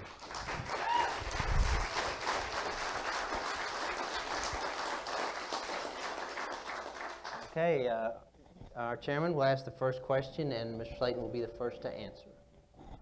Good evening. Sometimes what we do is always important. Is that better? Can you hear me just fine? Okay, I'm going to set this away. What we do is always important, but sometimes in government, how we do it is also very important. And one of the bigger controversies in the past legislative session was a lot of ongoing conflict between various groups and people in the legislature. That ultimately resulted in a lot of deadlock and even a special session being called by the governor. However, this December, the Texas House Republican Caucus voted to change how they select their candidate for Speaker of the House. Under the new rules, the Republican candidate for Speaker will not have to rely on receiving any votes from Democrats as long as the Republicans hold the majority in the chamber, because it will be selected in caucus. In response, James Dickey, chairman of the Republican Party of Texas, said, "These new bylaws are a significant step forward in the direction of unity for our party and help pave the way for our Republican House members to form a consensus on the race for Speaker. Unity does not mean uniformity. The result is hopefully one which builds more bridges on issues where we do agree and burns fewer bridges on issues where we can't agree. This is positive news for Republicans across Texas." Do you, like Chairman Dickey, believe Republicans will now be able to work with more unity on the issues to effectively represent their constituents? Well, I believe it's possible. We still need conservative fighters in the Texas House. We are in a better situation now, because instead of gaveling in and whoever caters to the left the most is closest to winning Speaker. Joe Strauss, how he became Speaker, he had 65 Democrats promised to vote for him, and all he needed was 11 Republicans to sell out their party. That's how he became Speaker, and that's how he regained power. But now we're going to change that. But we can't give up. You know, just because you elect a conservative to office, you can't go home. You can't clock out.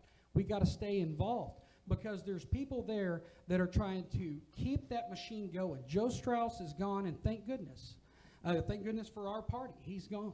But there's people that are ready to step up and get in his place and continue to cave to the left and give chairmanships and give power to the Austin establishment, to that ruling country club down there in Austin that isn't representing us here in East Texas.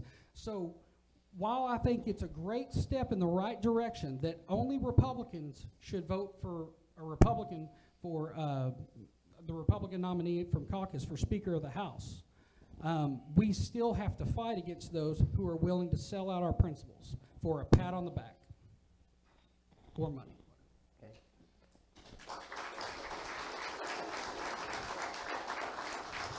Representative Flynn? If you're not there, you can say anything. Bottom line is the last couple of sessions, the Speaker was unanimously voted on by everyone. Yes, previous Speaker, when he was first selected, I voted against him, and then after that point he was going to be Speaker. Some of the candidates that have come up were not qualified to be Speaker. This particular time we've got some great candidates to look at, and I voted that the caucus would support whoever came out of this caucus. My candidate is a fellow named Phil King. He's a representative out of Weatherford, Texas, and he's someone that I went out and was going to support him before I knew the previous Speaker was leaving the House. So I think that right now we're in a position of where we can go forward. I'm looking forward to the 86th session to be a very successful one, where we will have Republican-led leadership. All right.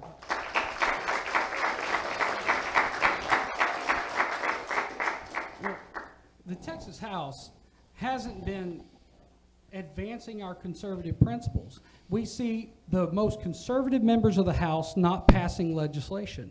We see them not getting amendments. We see them catering to the left. Like I mentioned, the two people who passed the most bills were in fact Democrats.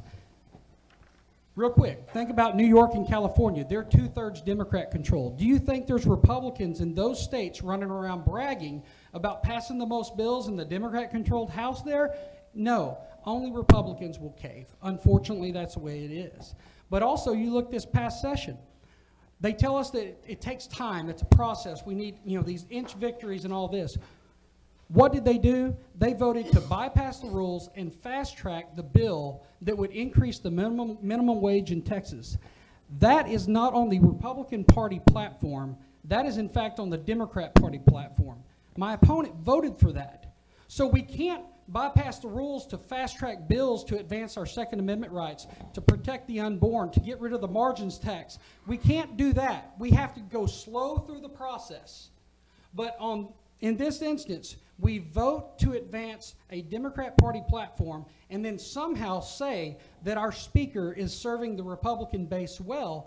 I totally disagree. And in fact, you can look, over 60 counties have voted to censure the speaker who stepped down. That means they don't want him to run as a Republican ever again. That's what, he's being held accountable. He chose not to run for re-election because he's a surrogate for the left. And I'm like you and a lot of other people I meet, I'm tired of elected officials not advancing our platform, our agenda, and they make excuses for the left. Okay, Mr. Flynn, would you like to respond?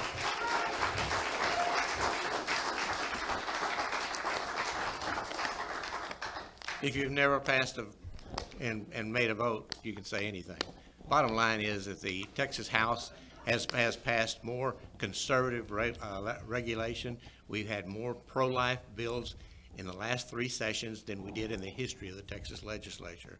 We've advanced the Second Amendment rights. We've also gone in and pretended that folks that want to be disruptive or conservative, and in many cases they're activists that create problems, so where you can't get issues done that you, the voters, want, but they're catering to people that are outside of our district. They're from West Texas. They're from people that have their own agenda that they want to do. But as I've always said, no, I don't do well on their scorecards because I listen to you. I want to do what the people in when the people in House District 2, it's still green, isn't it? Okay, when the people in House District 2 come to me, they know that I'm someone that can get things done, and I'll continue to do that. Okay. Thank you, Mr. Flynn. Again, we're kind of doing 4 minutes to kind of talk about the initial question, and you know, we'll let the 4 minutes go. After that, we have discretion. You know, we as the panelists have discretion to say, you know, okay, we're satisfied with the answer. Okay, moving along. Question number 2, Mr. Jim Sideway. Mr. Flynn will answer this one first. Okay. People have accused me of hanging out with Principal Evans and Superintendent Sweeney too much, but my question has to do with school finance.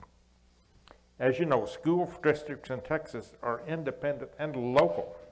A big complaint is the inequity between the wealthier districts, such as Plano, Frisco, Rockwall, and even Greenville. My question to the candidates is, how do you propose to make the smaller districts, such as Bowles, Wolf City, Campbell, and Cumbie, stand on equal footing with the districts with a larger tax base and a richer tax base, I might ask, of these other aforementioned cities? Well, first of all, I think you're hanging around with some pretty good people, and they're people that I have called and talked to get a good understanding of the issues that are being proposed. I think, first of all, I'm a big supporter of public education. I also support charter schools, with the exception of the Harmony schools. They scare me to death because I don't know where that money's going. I don't know who in the world is really looking at their agenda. I think it comes out of Turkey, and yet the state of Texas put a lot of money in it. I'm opposed to it. I have the Texas Rangers and the FBI investigating exactly what they're doing, going against the TEA, which is irritating to me. TEA needs to step up and help us find out where that money's going. As far as how we're going to fund public education, I tell you what, it's a real property tax issue that creates a problem for us. Until we find a better way of funding public education, we're going to continue to have challenges. I've always been in favor of a consumption tax. I think everybody has to pay then, and it gives us a chance to be able to plan our opinions a little bit better, particularly for the small rural schools. In this particular district, we have a majority of small rural schools, and so it's very important that we work hard with them to be able to be sure they get funding. That's why Dr. Sweeney is someone that I talk to on a regular basis, because I think he has the heartbeat of those small schools, and we appreciate it. Yes. Mr. Slayton, the same question. Yes, sir. So, it comes down right now with property taxes, and they tried to do property tax reform this past session. It passed the Senate in the regular session and in the special session. It died in the House both times. And when it died in the House in special session, they had it at 4%, and they were claiming it was too high. That threshold was too high to trigger an election. Well, since then, Governor Abbott has come out and said he wants that threshold at 2.5%, and he wants to get rid of all unfunded mandates. And that's a part of why I mentioned that, is when it comes to funding public school education, one, we have to cut out the fat. I mean, we have an obligation to fund education. That means we shouldn't be worried about funding Hollywood to come here and make movies, or NASCAR to come here, or the NFL to come here and have a Super Bowl. We shouldn't be funding that. We should get the money to the classroom. That's where it's needed. It's needed in the classroom, and I do believe that the property tax system is unfair. It's where someone pays for their home, they have to rent it from the state of Texas the rest of their life. We need to go to a consumption-based tax, and we can do it. But you need fiscal conservatives in office that are willing to say no to the special interest, to say no to Hollywood and all the others that are wanting all the money to do whatever it is they do that's against our principles. I don't think Hollywood makes a whole lot of movies that represent our principles out here in East Texas. And so that's what I think we got to do. We got to tighten up as we make that transition, if we're able to a consumption-based tax and fund the essentials.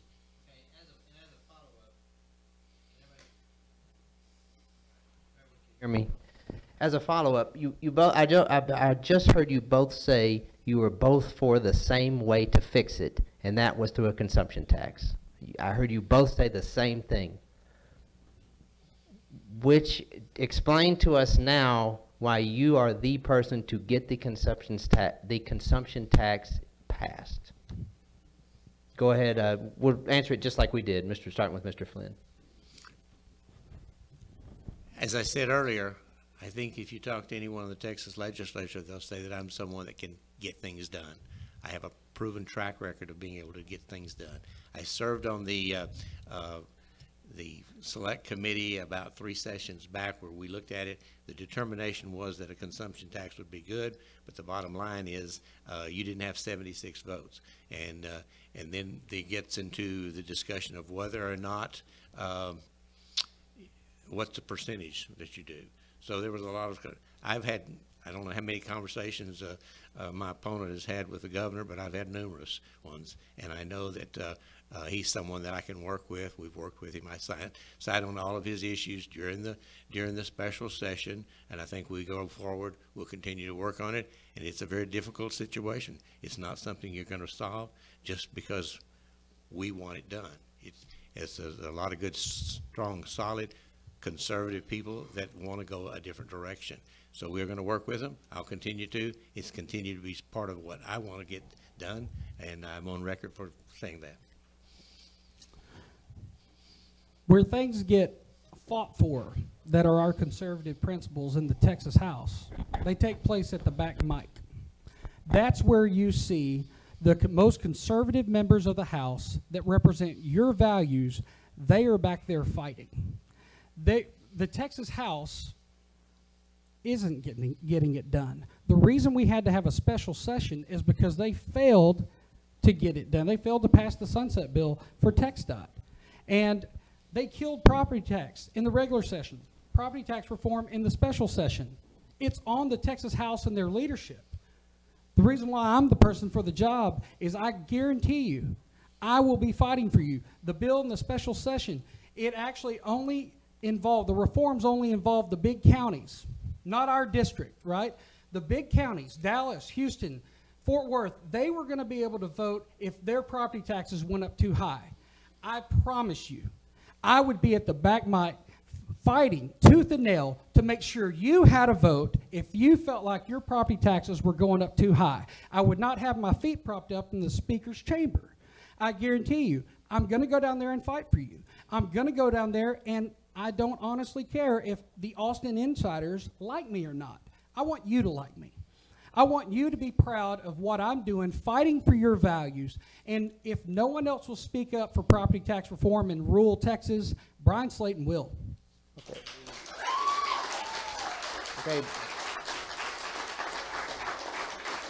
Thank you for that. And just as another second follow-up, I was asking about the consumption tax. Is the idea that the consumption tax would offset property taxes? I mean, are we going to have a whole new tax? Who's the question to? Yeah, that's to Mr. Slayton. That's a follow-up. That's what I thought, yeah. Well, I'm going to ask you, and then he has a chance to respond to the question. I believe we should go to a consumption-based tax. Under the current system, families can't plan, they can't save, because they don't know what's going to happen to their property taxes the next time the appraisal board raises their taxes, okay? And the reason we can go to a consumption-based tax is families can plan. If they need to save, they can cut back on spending on excess. And I'll tell you right now where I stand, is we increase the sales tax. It's at 8.25%. Move it to 10%. Why? Well, if 10% is good enough for one nation under God, good enough for God, it should be good enough for one nation under God. Let's start there. Start low, because if we start high, what are they going to do? They're never going to come down. Okay. But I believe that's what we should do. Go to a consumption-based tax, leave it low, and let the small business, the economy, it'll boom. Absolutely. We get more money to the people. Okay. Mr. Flynn, you want to respond to that real quick? First of all, as we were talking earlier, the bill for public school finance did not just die. It was given to the Senate, as the Senate gave us one. The Senate didn't hear ours, and we didn't hear theirs. The Senate bill, or the House bill that we had, which would have given us money for our retired teachers, it would have covered everything that we needed, and the Senate sent it back to us with $60 million for facilities for charter schools. Well, all the charter schools do not have the same accountability. As far as the consumption tax, when Speaker Craddock was there, we proposed one, and we found out that 10% was something that would drive everybody on the border states to start doing all their business somewhere else. It's not as simple, and it's a little naive to just say we're going to have a consumption tax with certain amount. As far as people on the back mic, I want to tell you, Kenny Marchant, who many of you may know, he's a United States Congressman now, but he was in the House when I was there. His comment to me was, you know what, when you look at that back mic, that's where most of the, he used the word idiots, get back there. And he said, if you're not careful, well, ma'am, you're not there, you haven't voted. But anyway, what we're saying is that when you go back there, you don't persuade many people. Generally, issues die when you do that. Okay. So what I'm saying is you're going to have to work with people that are there, and we are going to continue to do that because we get things done. Okay. Well, just to clarify, I'll let you both respond to the follow-up. So that's how it's designed to work. I'll ask a question, you both get a chance to respond. That actually was a good example of what we're trying to do. Thank you, both. Okay, moving along, it's now my turn. I don't want to be the one who's constantly running his mouth. But I want to drill down just a little bit more into education on charters specifically. As you both probably know, charters are back to double-digit growth in terms of enrollment this year. In fact, charters in Texas will equal for the first time, or will come close to equaling this time the number of Texans in private schools this year, which is about 5% of all the students in Texas. Charter schools have 5%, private schools have 5%, and then more significantly, last spring, the legislature passed S 1480, which gave charters access to Texas's permanent school fund, which, in case you don't know, the permanent school fund dates back to 1850, and it is the highest endowed education fund in the Western world. And it depending on the stock market, it's between us and Harvard as to which one has more money, $35 billion, okay? A gift from our Texas forefathers. Charter schools now have access to that fund to expand their campuses. So when I see that, I think we're going to probably get beyond 5%, 10% more enrollment. I'm just kind of guessing. My question is this: are charter schools maybe emerging as kind of a dark horse attempt to reform education in Texas, meaning between public and private partnerships. You know, while these people are over here fighting over school finance and funding schools adequately and vouchers and everything else, do you think charter schools are maybe shaping up to kind of be this viable alternative? And is that good or bad? And we'll start with Mr. Slayton. Will go first on this one. I don't know if it is, but I think it has a possibility of just being another alternative. We see parents wanting to make more decisions in their kids' education, and sometimes that includes staying in the public schools. Sometimes it includes going somewhere else. And I mean, it could. I mean, it doesn't hurt opening things up to the private sector getting involved. I mean, isn't that a better option? Helping, get money to a succeeding school? Because the idea of dumping more and more money of your tax dollars into a failing school doesn't seem like a good long-term solution. And unfortunately, there are some failing schools, and why in the world would we keep pumping money in them just to keep them where they are? Yeah, so it's great for charter schools to be there, for parents to have another option for their kids' education. Mr. Flynn. I've been supportive of charter schools because I do see it as an opportunity for those that do not want to have their children in a public school to where they don't have as much control over the curriculum, and so they've been successful. But also they must have the same accountability if we're going to put state of Texas money in it, and we've seen it happen right here in Greenville. And we had to shut one down, and it was very painful because a lot of people had tremendous support for them, but they were not reaching the standards. So they have to be held to the same standard. I mentioned earlier about the Harmony schools. I want to tell you, folks, these are things that you need to be very careful about. They are funded with our state tax money, but they're run by people from Turkey. And they bring people over here from Turkey to, there's a carpenter teaching American history. Now, who wants the kids to be learning American history from someone that was a carpenter in Turkey? And I could go on about saying that's why we investigate them. But that's what I would say. The charter schools, while there's a place for them, you have to be very careful. They must have the very same accountability, and that's why it was so irritating to me to put $60 million aside from the school funding for facilities for charter schools when I know a big percentage of it was going to Harmony schools.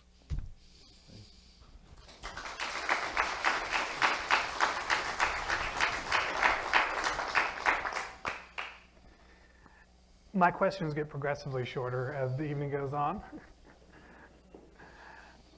Governor Abbott recently announced the Texans for Greg Abbott 2018 property tax rollout plan, the goal of which is to restrain the growth of property taxes and get a handle on local debt. As you can see, we're going to be taking the property tax out issue quite a bit this evening, giving it a good trot. Among other things, the plan would establish a property tax revenue growth cap of 2.5% per year, prohibit the legislature from imposing unfunded mandates on its political subdivisions, improve the transparency of local debt, and require a 2/3 supermajority vote to approve issuance of new local debt. Is this a plan that you have reviewed and you support? And what are your in conjunction with that, what are your two top priorities for addressing the property tax issue? And recognizing that you both also would ultimately support a consumption tax. But short of that, what would you do? I've told Governor Abbott that I would support his plan. Now, it has some challenges that we'll have to work out because, remember, you've got county government, you've got city government, and they rely upon their tax base too. So when you start putting any kind of caps out there, you're going to have to remember that you're strangling your roads right here in town. You're strangling a lot of things that law enforcement, what have you. So it's something that has to be worked out. I think it's a good starting point. I don't think that the bill that is being proposed would be the one that we would end up with. I would continue to push that we can have an increase in the consumption tax. It doesn't need to be a 3 to 4% increase in the current sales tax. We can do it for a lot less than that, and I think that it still goes back that you're going to have to look at your sales, at your property tax as something that, and stated earlier, you don't want to have to rent your property the rest of your life. But it is an issue that counties they don't abuse their property tax.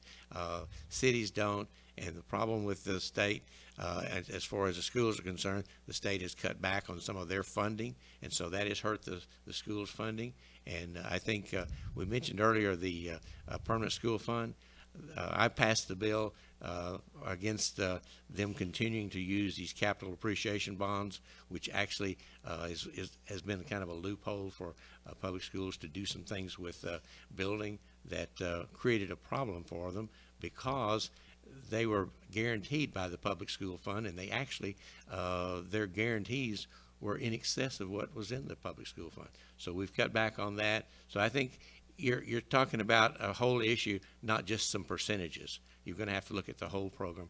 And as I said earlier, if you've never had to be held accountable for what happens and what gets passed, you've never made a vote, it's always easy to say, oh, I'd like to do this, I'm going to do this. It is a process, whether we want to admit it or not. And the people that have been the most vocal, they don't get things done. And that's unfortunate, because what we need to do is have a situation where we can make accomplishments. We can continue to keep Texas the greatest place to live, raise a family, and do business, and that's what we are right now.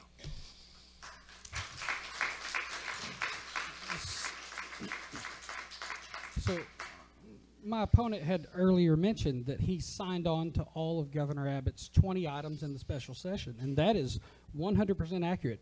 He signed on to them. But what happened to the special session? See, we had to have it because the House failed. So then we get in the special session, and the House leadership called Governor Abbott's agenda manure. Property tax reform was one of those.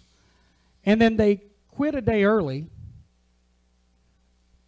I mean, that's the track record of the Texas House with property tax reform. They called it manure and quit a day early, and they only passed about half of them. So, I mean, I think I can work with the governor. I'm excited about the 2.5%. It was apparently too much for the House of Representatives last legislative session and in the special session. So now during the campaign, I guess it's something that we can work with. But I'm telling you, I'll work with the governor. I'll be happy to fight to put a cap on your property taxes, because I understand we've got city, county, hospital, we got schools to fund. But whose pocket is it coming out of? It's yours and ours. And it's on the back of us, especially Republicans, because we've been in charge of this state for how long? We've had 2/3 control of the House, Senate, governor's office for how long?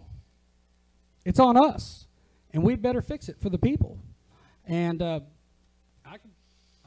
I'll do everything I can to work with the governor, but it was a little bit too much for the Texas House this past year. Okay. Thank you. Question number 5. Oh, again, we're talking about property taxes. In 1968, I was just a baby when I left Hunt County for Vietnam. And when I came back in 2001 and bought my house at the corner of Park and Stonewall Street, I was sure surprised that, is this how they fund things with these high taxes? If we do get a cap on property tax, and this is for school and everything else, do we give up local control if these taxes are reduced? I know that both of you said, well, we've got road building, law enforcement. Where does it end? Maybe Benjamin Franklin was right, death and taxes. Well, the money belongs to you and I. That's where it first starts.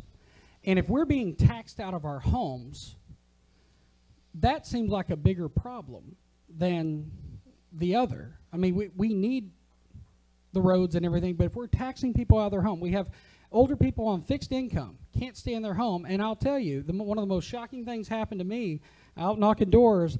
I met a family here in Greenville that have kids in elementary school, and they are moving. They told me they're going to vote for me. Couldn't get a sign in their yard because they're not going to be there by the time the election comes. They're moving somewhere else in the city because they can't afford to keep up with the rate in which their property taxes were going up. So we have to figure out how to do that, and what it comes down to, it's not just the property taxes. Once again, you need someone that's going to be a strong fiscal conservative that is going to stand up to what's going on in Austin, and we've got to cut back all the fat. We've got to, like I mentioned, we've got to stop giving money to Hollywood to come here and make movies. We can't take the trip to Disneyland. We need to fix the problem we have, and that's why property taxes going up so high so fast. And where it's happened is the state of Texas would put mandates in and give them the money, and then they pull the money away and keep the mandate. And that's not right.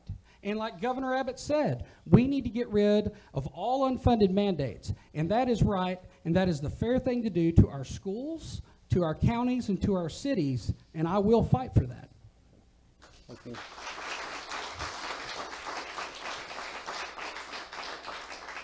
Specifically, what was your question? I got lost in the Hollywood deal. It just seems like that's not the direction. Everybody's talking about taxes. Yeah. And if we get a cap on taxes, right, and it'd be school, roads, law enforcement, yeah, do we give up local control? Okay, that's what I thought the question was, about whether or not we're going to give up local control. There's no question. If you start mandating anything out, you can talk about doing away with mandates. But if you're sitting there mandating what the cap's going to be and what the percentage is going to be, you are doing a mandate. And so that would take away from local control. I've always been a big supporter of local control. I think that's the best way that government works, is where the people that are right here that have to live within those issues that are being voted on and discussed, they get to have input into it. But I think that there is a happy medium that we can arrive at, and one that we can control and give suggestions and make legislation so that it would be something that would be compatible with the local governments. Okay, and as a follow-up, just kind of get off topic a little bit, because it seems to me like there needs to be a give and take if we're going to cut property tax, because, you know, that's kind of what I'm hearing you say needs to be done, which, you know, definitely needs to be looked at. Like the film office, for example, y'all got that down really close to zero this last time, which, you know, is good, needs to be at zero. Basically just enough money in there, I think, to pay for the copier paper to tape a sign on the door saying we have no money. And that, that's definitely rhinestones on the saddle we don't need to have. Where else would you cut? What do you mean by fat, you know, in the state budget? Maybe if y'all could give us just one example. And we'll just answer that the same way that y'all did, starting with Mr. Slayton and Mr. Flynn. Trying to think. Well, the Texas Enterprise Fund, that is a slush fund, what I call it, corporate welfare, where other businesses are paid to come here and compete with our businesses here in Texas. They're not choosing to make that decision on their own. They're not choosing to take their hard-earned money, pack up and come to Texas and make it in our great state. What we're doing is we're using your hard-earned tax dollars that you worked hard to pay, and they're paying these people to come here, and what are we doing? We're also shipping in people from California and other states that are going, they got all kinds of debt problems in California. They got big government out the ears. And those people aren't coming here because they see, hey, I want to make a change. I want small, limited government. They're coming here because it's paid for by you and me. And so I think we get rid of the Texas Enterprise Fund because they're coming here and competing with our small businesses, and there's more problems with it. Because when we plan for our roads, our utilities, and schools, we plan on everything like it is, a little bit of growth, or however each district's different. But whenever they take and put Toyota and all these other people in, it's great. I'm glad they put them there. But then they now put a strain on our roads and on our schools. Our classrooms are overcrowded because there's more people here than we were expecting to move here 5 years ago. And once again, they use your money to bring these people here to compete with our businesses. And I think that's definitely something we could get rid of. Mr. Flynn, where would you cut? Well, first of all, that's a pretty good description of what the Democrats say, exactly what they say. I would say this, and let's think about the enterprise fund. It was a fund that was set up by Governor Perry, and during when we were having major recessions throughout the United States, 70% of the jobs that were created during that time were in Texas. People were coming to Texas because we were a good place. We had limited regulation. We had an opportunity to give people these chances to build business, and we had, we didn't have an income tax.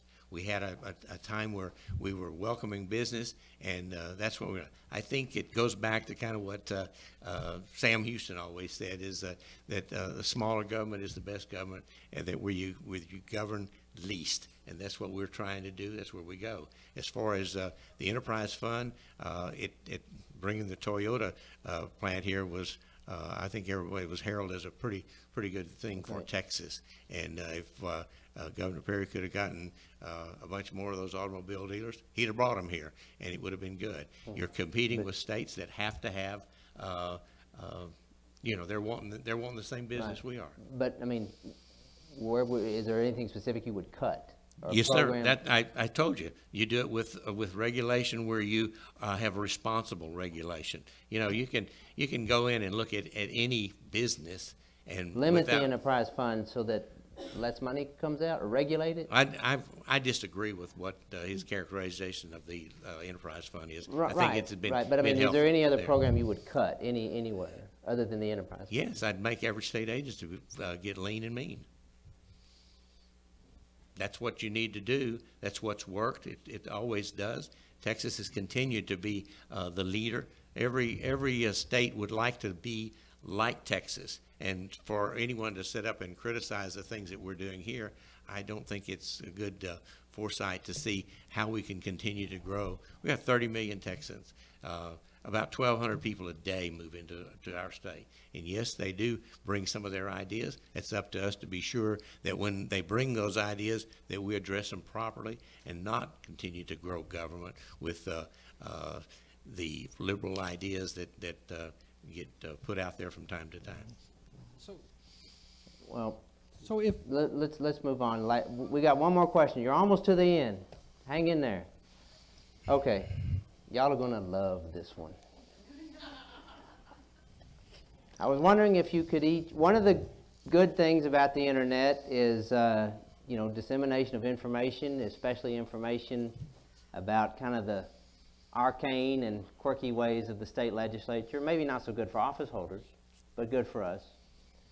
I was wondering if you could, each of you, in your own words, could explain to us all what is chubbing.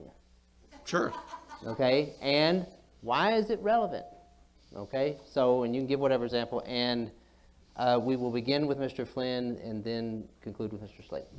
Chubbing is a lot of people sitting on the back mic with unnecessary babble, and that's basically what it is. They just continue to draw things out without the intent to see that a bill can move forward, or in an attempt to kill bills further down on the calendar.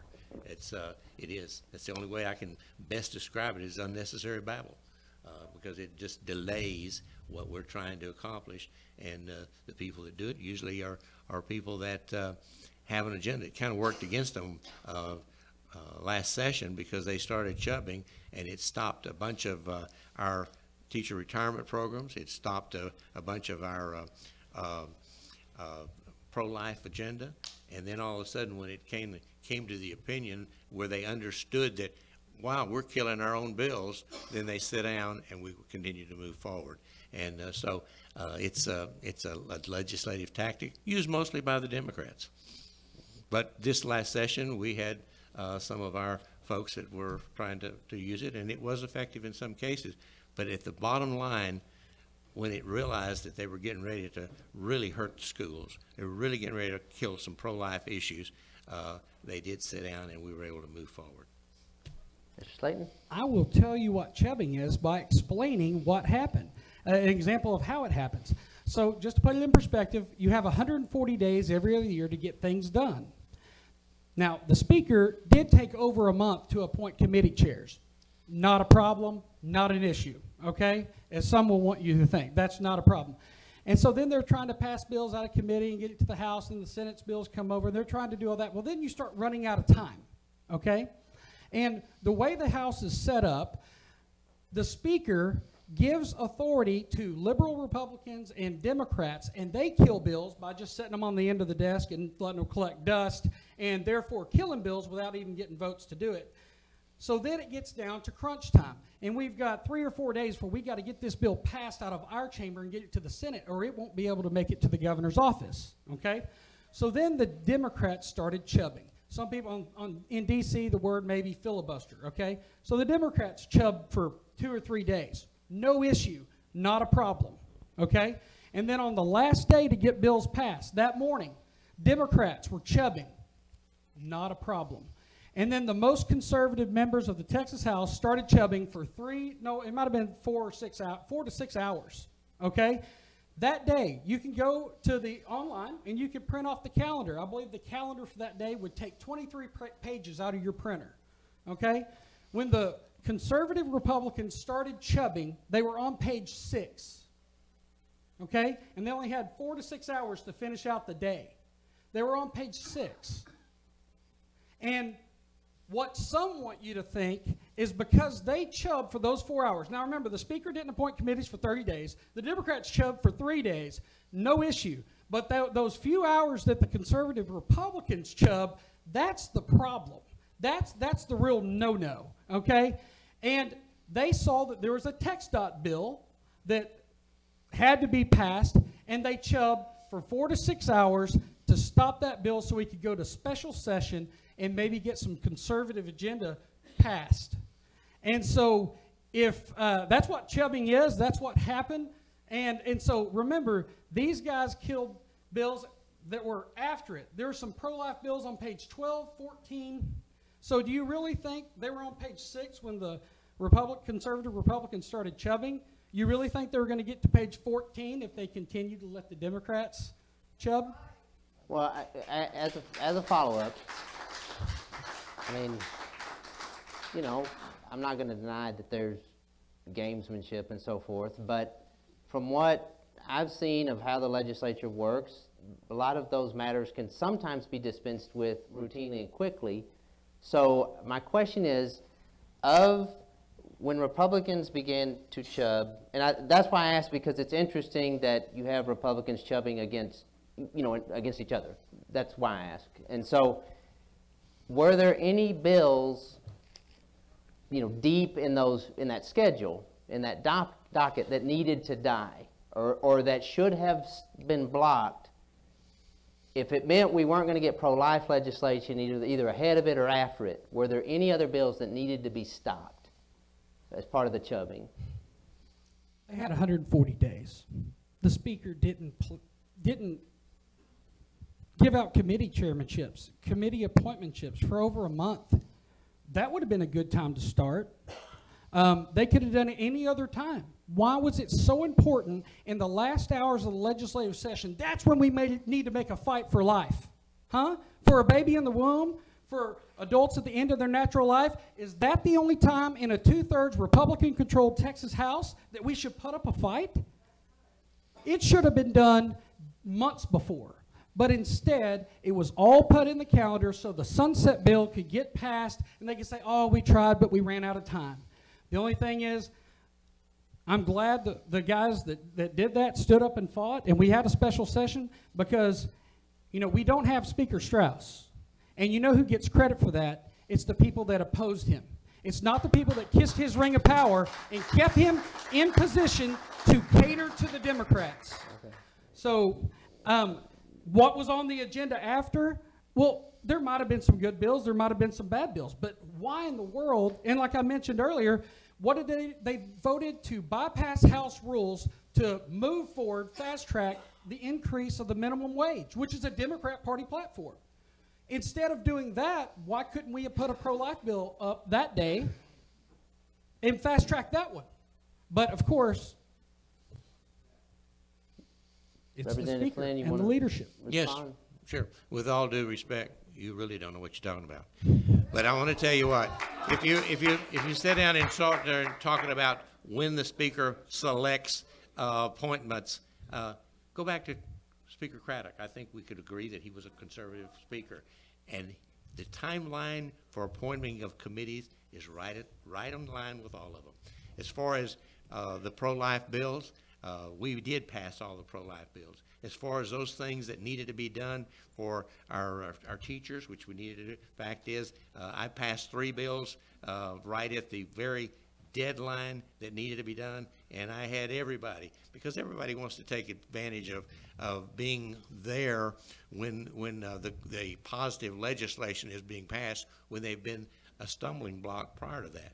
But when it gets down to the timeline, oh, well, maybe we do need to change the way we're doing rules. So I think that you're characterizing kind of the way that whatever the agenda is that you're performing is, it's just, that's not accurate, and we'll go forward with that.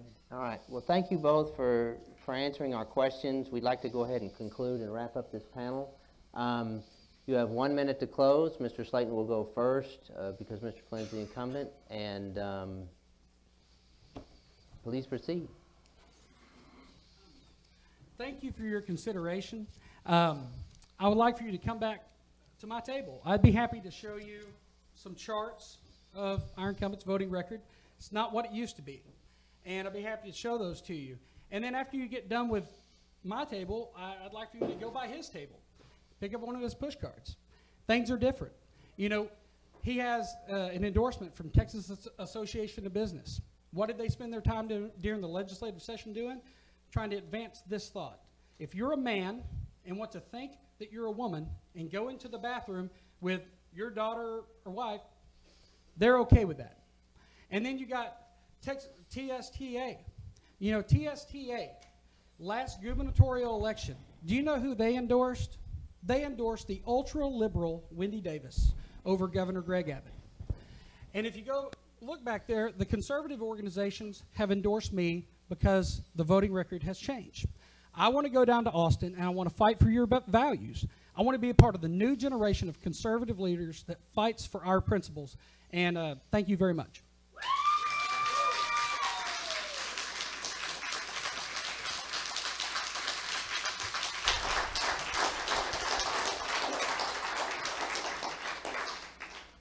Representative Flynn. The Texas Conservative Coalition is I'm one of their champions, one of their big champions. It is the premier rating group in Austin as to what our conservative agenda is. Ask the governor; he'll even say that. Fact is, his legislative director is the former head of the Texas Conservative Coalition. As far as endorsements, I take the endorsements of those people that want to endorse me. I did not ask for an endorsement from anyone. The NRA has me as a A+ every session I've been in the Texas legislature.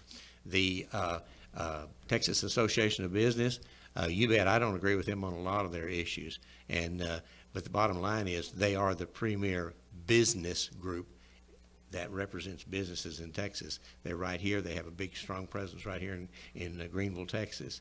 As far as continuing to go forward, I believe that I have an agenda that speaks for itself. I have a group of legislative issues that I believe we've passed. We were able to get things done. I think it's incredible that we were able to pass retirement bills for the TRS, the ERS, the police and fire for Houston and Dallas. We were able to get around the $66 billion in unfunded liabilities, and even Dallas is now, for the first time in 20 years, are seeing their bond ratings increase. It prevented us from having a problem with our bond rating in Texas. God bless. Thank you for the opportunity to be here. Thank you both.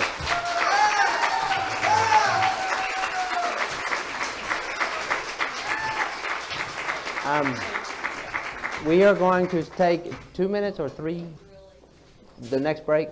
We're going to take a very tight 3-minute break, and we are going to start immediately at the end of the 3-minute break with the Senate panel. Thank you.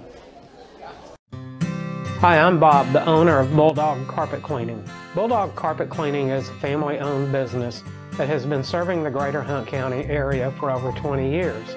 We provide service to business and residential customers. Carpet, tile and grout, concrete, upholstery, we clean it all.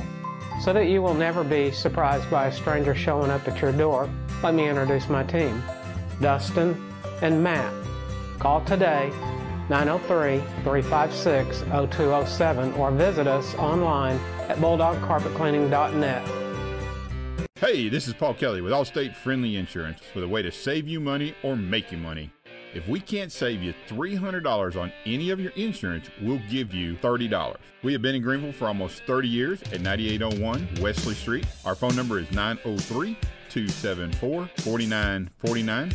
And web address is allstatefriendlyinsurance.com. Give my folks a call. See if we can save you $300 on any of your insurance, or we'll give you $30 at 903-274-4949. God bless.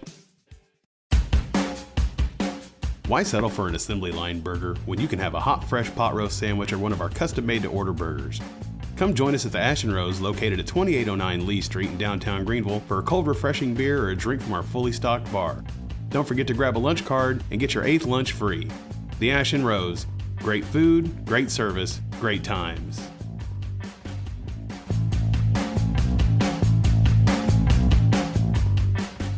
Auto Doc, a family-owned and operated auto repair facility since 1989. Hi, Julie. Hi, Marianne. How may we help you? Doc, I think my car's sick. What can you do to help me? Well, you came to the right place. Doc will change your oil or make major repairs such as brakes, air conditioning, exhaust, shocks, tune-up, or even major surgery. Claire! Come and let the technical team at Auto Doc service all of your automotive needs. At Shane Stovall Roofing, we are the true professionals in our industry. We specialize in all types of commercial and residential roofing and only use the highest quality of materials. Our staff is highly skilled in product knowledge, and their knowledge in current roofing practices is inferior to none. Whether it's a re-roof or a complicated insurance claim, we're here to help you out. Give us a call at 903-456-8013 for a free inspection and see how we exceed all others in our profession. You can find us online, ShaneStovallRoofing.com, or find us on Facebook at Facebook.com/Shane Stovall Roofing. Lone Star Pawn and Bargain Center, 6509 I-30 on the frontage road in Greenville. Your one-stop shop for TVs, electronics, computers, and gaming systems. Lone Star Pawn offers a giant selection of hunting, fishing, outdoor gear, and firearms. We have the best prices on diamonds, gold, and jewelry. We got everything from lawn and garden equipment to job site tools and musical instruments. So for the best deals and pawn rates in town, come see us on the south side of the frontage road in Greenville. Yeah.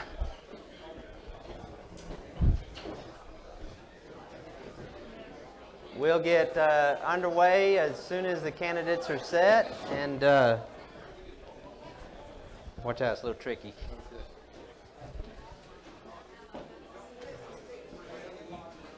I will flip the coin. If we could go ahead and take our seats.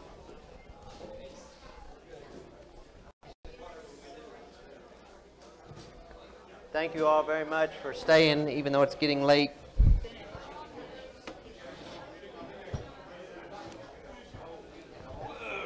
Right in front of the camera. If everyone could take their seats, please.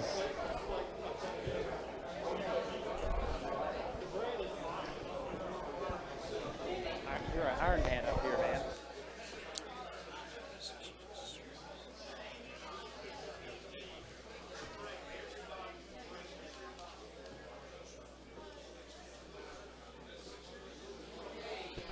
I'm going to go ahead and flip the coin for Senator Hall and Representative Burnett.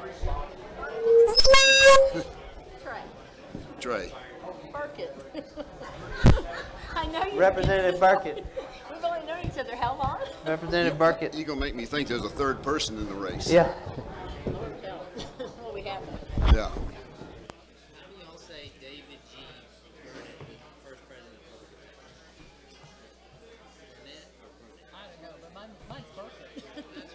Well, our sheriff spelled it the same way, and he went by Burnett, and I was corrected the first time I said it the wrong way.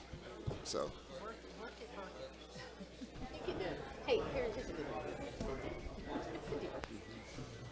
Okay, here is our coin again. This is heads. The Marine symbol is tails. Would you like to call it? Go ahead, you can call it. Representative Burkett. Tails, heads.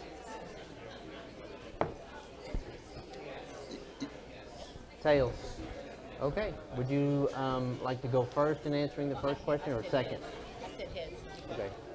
Okay, let's do it again. I heard it. Huh? I got it. I'm good. Okay. All right. If you're good. Who would like to go? I'll go first. You go first? Okay, and then she'll go first in the next question. Right. Just tell us when. Huh? All right. Thank you all again. Well, the way they didn't keep with their order a while ago, and I got confused. Yeah, I did. Okay, thank you all again. We'll get right into it.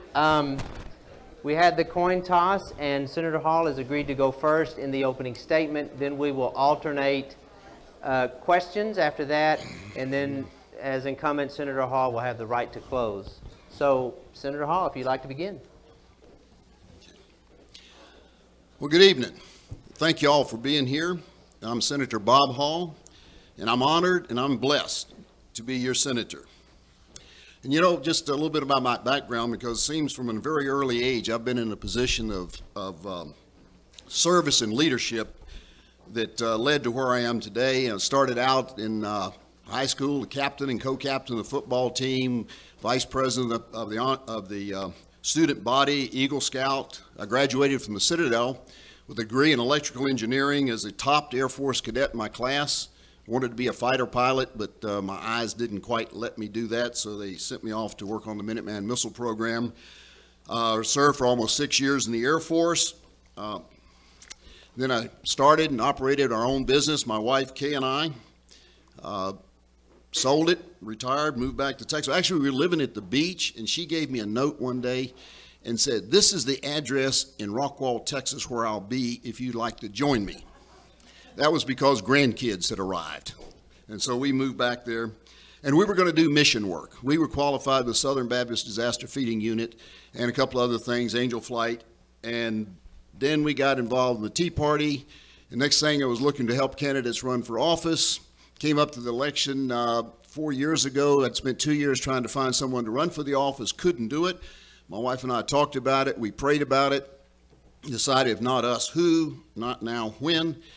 Actually, she told me later, she was saying, "Dear God, don't let him go do this. Please don't let him do this." But we did.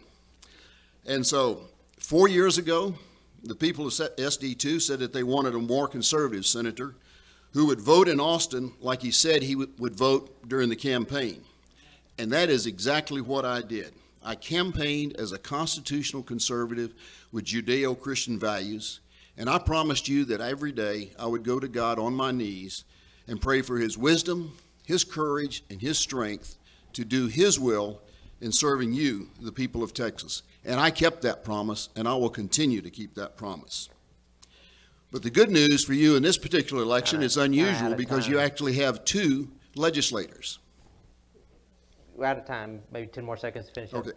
You have two legislators to choose from. We have a legislative record. One's on the left and one is on the right. So no matter what you're leaning, to the left or the right, you do have a candidate in this race.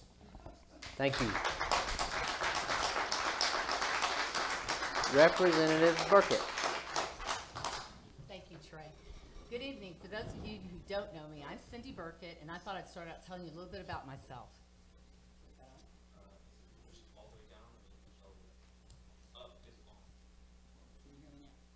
Can you hear me now? Can you hear me now? Yes. Okay. Sorry. All right, let's try this again, folks. For those that don't know me, I'm Cindy Burkett, and I thought I'd start telling you a little bit about myself this evening. I'm in my 4th term in the House, and I have some handouts at the back. If you want to get some information on the committee assignments I've had, some of the bills that I carried this session, and some of the bills I passed. For those that don't know, this position is a part-time job, whether it's in the Senate or the House. My regular day job, I'm a realtor. I do some commercial and some residential real estate. My husband and I have lived in this district for over 30 years. We've raised our kids here. They all went through the public school, and we've been active in the community through civic and in volunteering at our church. Mike and I were high school sweethearts. We got married when I was 17, so needless to say, getting married that young, I didn't go to college right out of high school. I share that because many times in my working career, I had been told I couldn't be considered for a promotion because I didn't have a degree. You know, being a Texas woman, if you put a stumbling block like that in front of me, I'm going to make a building block out of it. So I worked during the day and started going to school at night, and 8 years later, I graduated summa cum laude with a major in political science and a minor in business. During that time, one of my professors suggested that I apply for an internship with one of my elected state officials. That led to an internship with Dr. Duell, and eventually, after graduation, a position on his staff. After the House district that I now represent went to a Democrat during the Obama swing, I had several friends approach me about running for the Texas House. And after a three-way primary and a very vigorous November election, we took that House seat back. It's been an honor working in Austin and passing conservative legislation. And some of the highlights for me were passing a budget during the 2011 recession without raising taxes or using the rainy day fund. I also authored an amendment to that budget that partially defunded Planned Parenthood. Thank you. 2013, I passed a bill addressing some mail ballot fraud. 2015, I carried a bill removing eminent domain authority from the private toll road companies. And I also have had some major pro-life accomplishments. 2013, we outlawed abortion after 20 weeks. And this year, I carried a large pro-life bill banning partial birth abortion, dismemberment abortion, and the sale of baby body parts. I'd like to continue working for you in Austin as your state senator, and I look forward to your questions. Thank you. Thank you. Thank you both. Chairman Hutchins, get us going. Can you hear me? We switched out mics, so hopefully this one will work well. Okay, last session, one of Lieutenant Governor Dan Patrick's top 2 priorities was school choice reform. Since Lieutenant Governor is head of the Senate and very likely to be reelected to that position, it stands to reason that school choice will once again be a priority next session. What reforms and changes, if any, do you support and promote to promote school choice in Texas?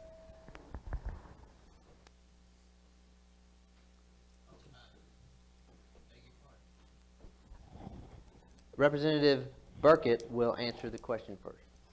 Thank you.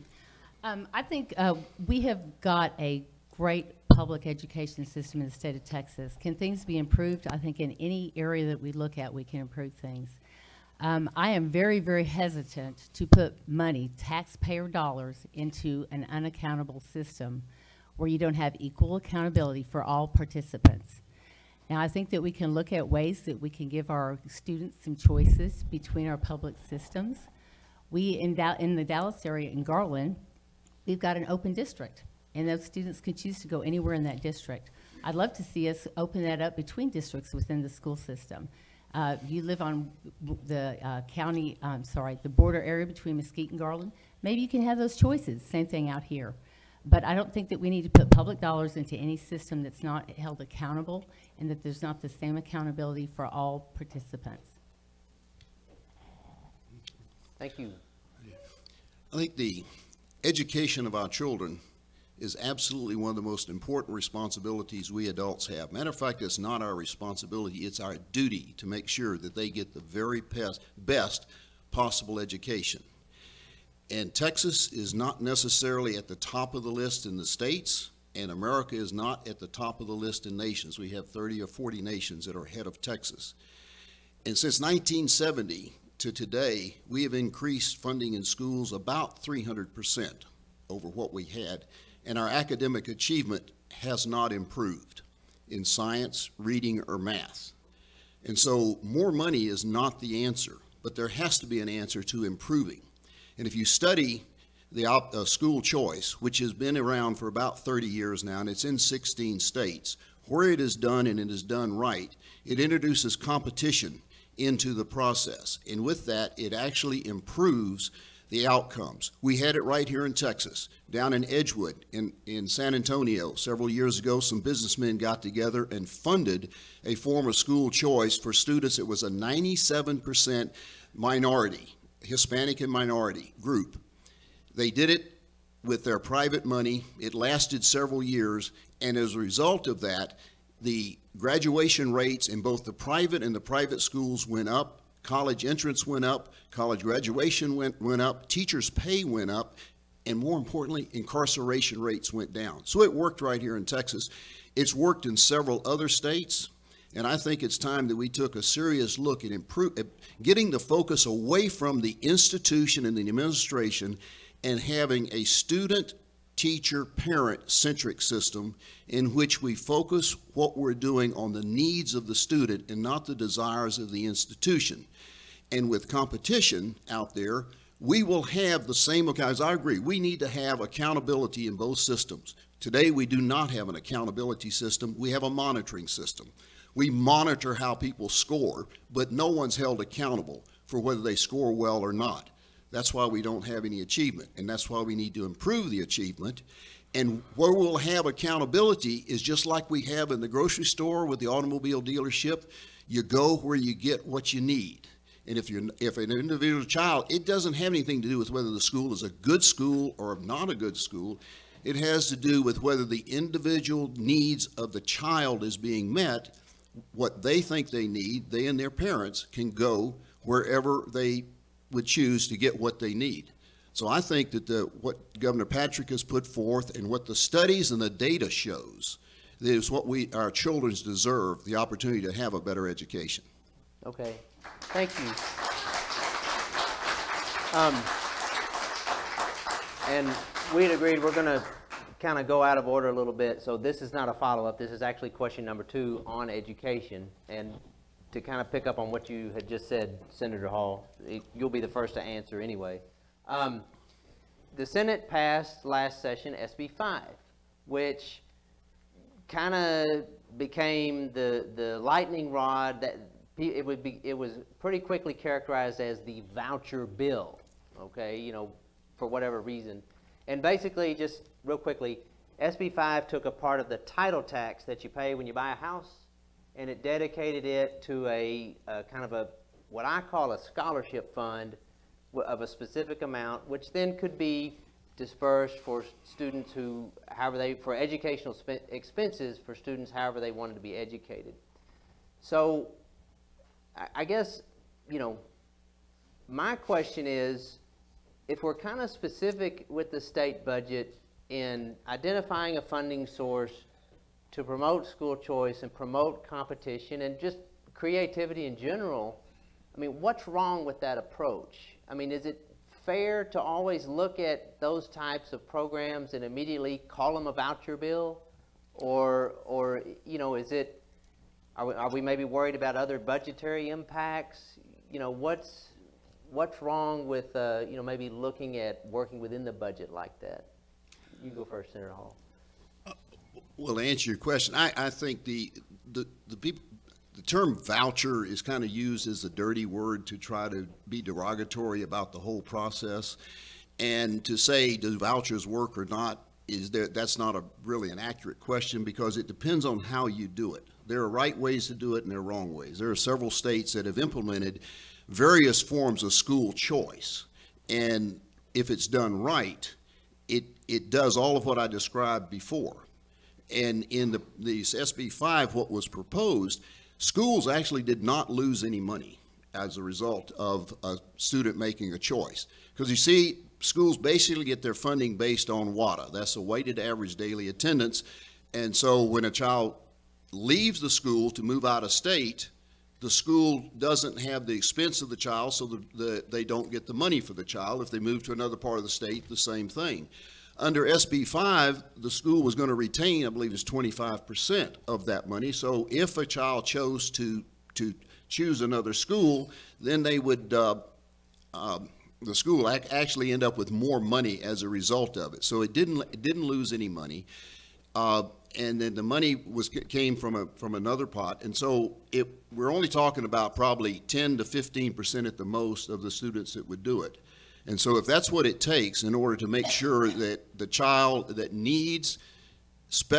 has special needs, and most of what we put in 5 was going to be on low income and special needs students, I think it needs to be universal myself for everyone. And I'm hoping that's what we'll do next session. Okay, thank you. Representative Burkett, is that a problematic approach, kind of being dedicated school choice within the budget, or? Well, I think what you indicated as far as having a new fee on insurance is actually a new fee or a new tax, which needs to be paid attention to. But then the same follow-up question would be, how is your accountability plugged into that? When we have charter schools, or say you use tax money for private schools, charter schools, whatever, you know, who's going to be watching that? Do we set up a whole new level of bureaucracy to watch over a school choice, a voucher program? If you use a voucher, are you okay with it going to a Muslim school? Are you okay going to, private schools or Catholic schools? I'm all good with Christian schools, but are y'all going to feel the same way about some that are not? But I think it boils back down to the fact of you don't have, I think, appropriate accountability, equal accountability like we have for our public schools to the private schools, or any of the others that we may look at it. We were concerned about charter schools earlier. That was something that was discussed in the earlier panel about charter schools and where that money was going. And those are basically, a form of public schools. So my concern is always going to be how the money is spent, where it's spent, how you keep track of it, and what are your outcomes. We look at the disabled, the bill that we had to look at disabled kids going to private schools. There's not a whole lot of private schools that will take our disabled children, and those that do don't often have the expertise that's required, and often what happens is they end up back in the public schools and farther behind than when they were. So I want to make sure that our kids are educated. I want them to be educated well. They do need some flexibility. We passed a bill in 2015, I believe it was, that gave us different avenues that the kids could take to graduate from high school. They could take a STEM avenue. They could take an avenue that might put them into a certification to start working immediately after they got that certification, whether it be for something within the restaurants or doing something with HVAC. So we need to look at each child to make sure their needs are met. But those children that choose to take a different avenue where they can go directly into business, we also want to make sure that they have the background they need so that when later, maybe they decide to open an HVAC shop or get a welding degree, that they can still have the ability and the flexibility to go back and get the education they need. The flexibility is key, but the accountability is important. Okay, and as a follow-up, we'll go Senator Hall and Representative Burkett again. Is there, Senator Hall called it a monitoring system. I kind of agree with that. Is there, or however then you want to look at just, the accountability of a voucher program, whatever, is there any smart way to do it that is not going to just grow the bureaucracy, educational bureaucracy? Absolutely.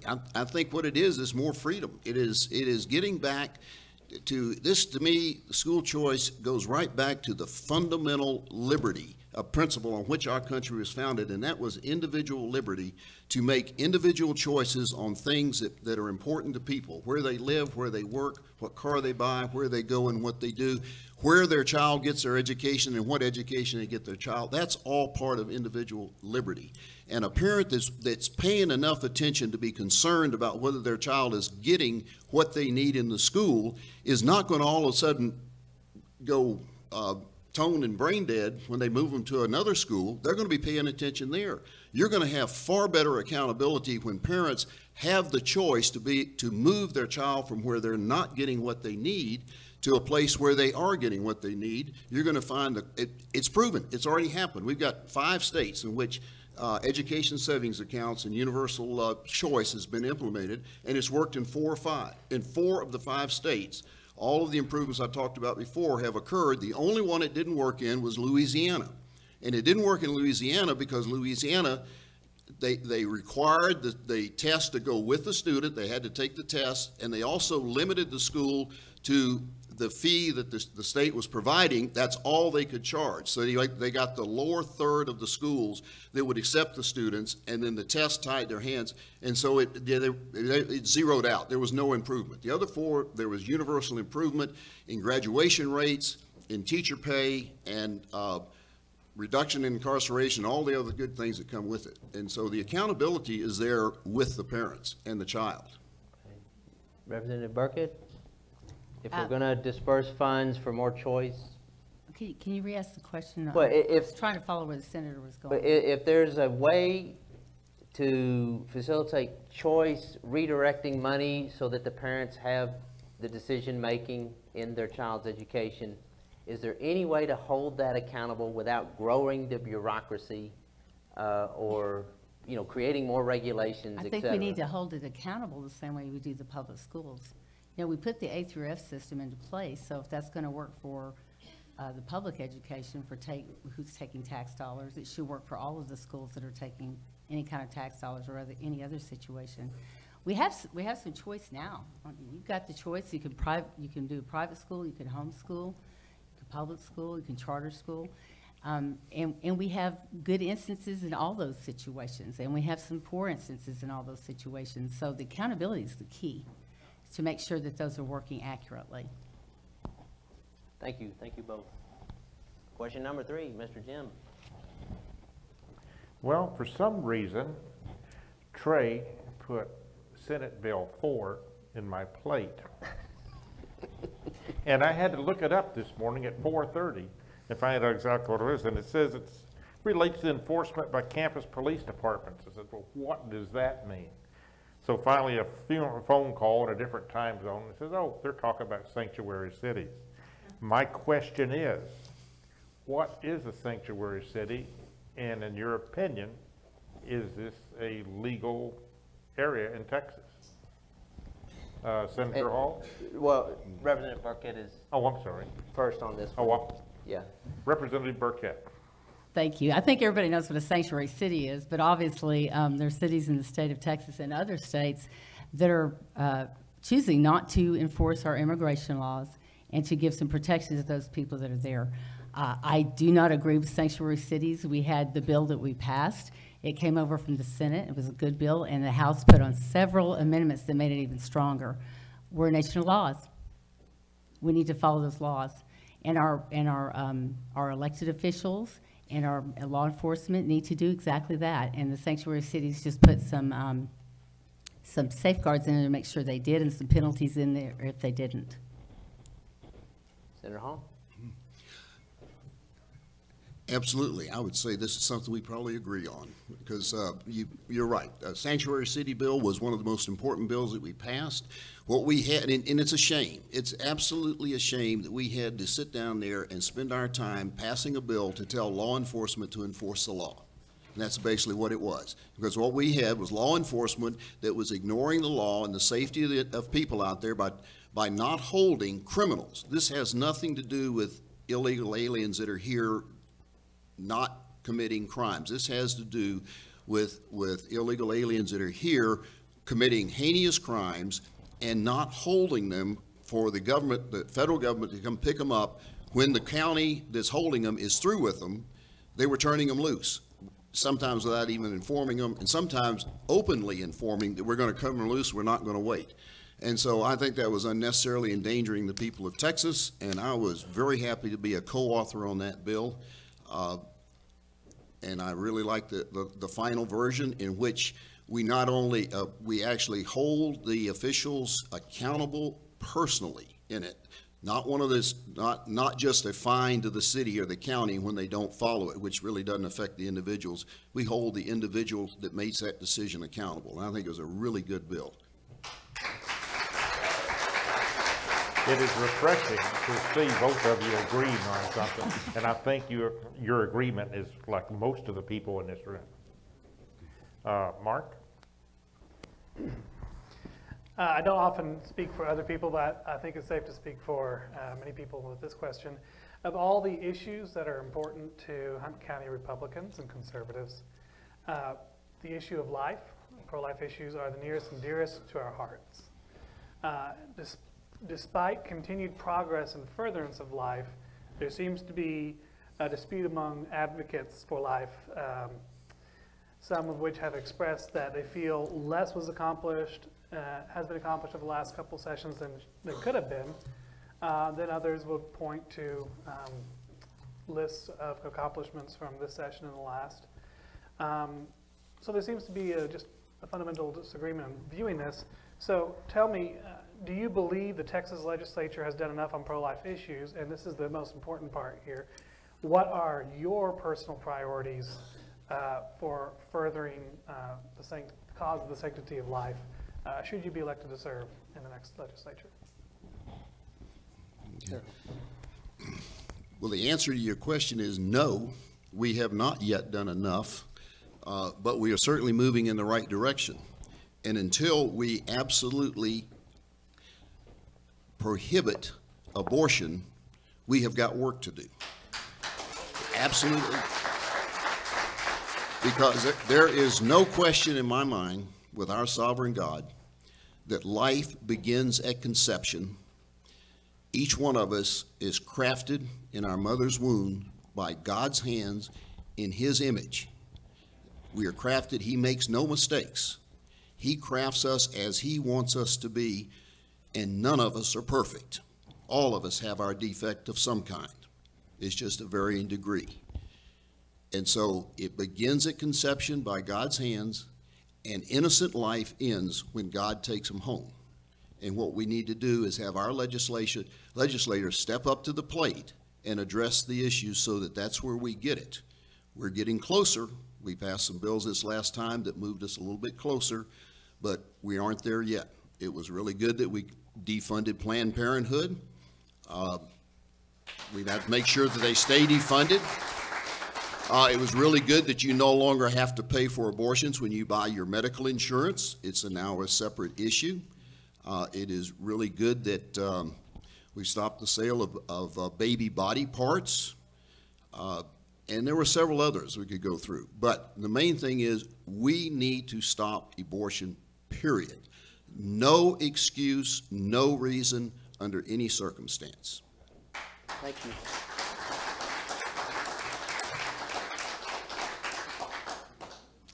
I think the state of Texas has made huge steps towards pro-life issues, and we have been the leader in the country for that.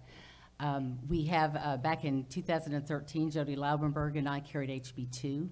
In that particular bill, we stopped abortion after 20 weeks when a baby can feel pain. Additionally on that bill, we had a bill that I had carried separately in the House during the general session, wherein any abortion provider had to have admitting privileges at a hospital. Makes common sense, doesn't it?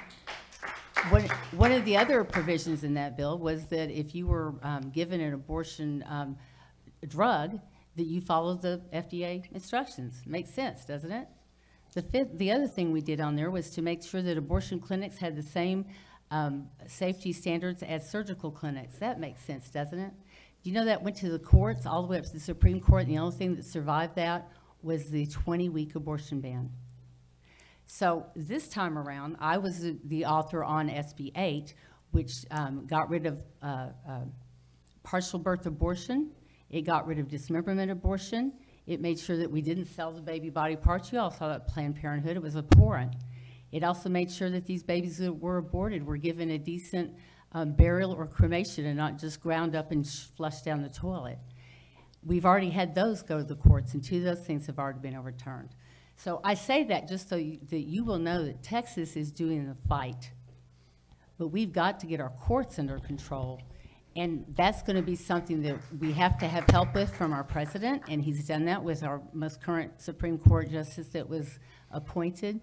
But those are the issues that we're having, that as we pass these bills, we have to always keep in mind, can we get to the court system? I don't think it's frustrating as a pro-life person that fights for pro-life, but those are the things we have to keep in mind. So it's going to be a continual march, and we're going to get there. But it's going to sometimes be frustrating. We have 2 steps forward, 1 step back. But Texas is leading, and I'm very proud that we have been a part of that in the last 4 sessions that I've been down in Austin.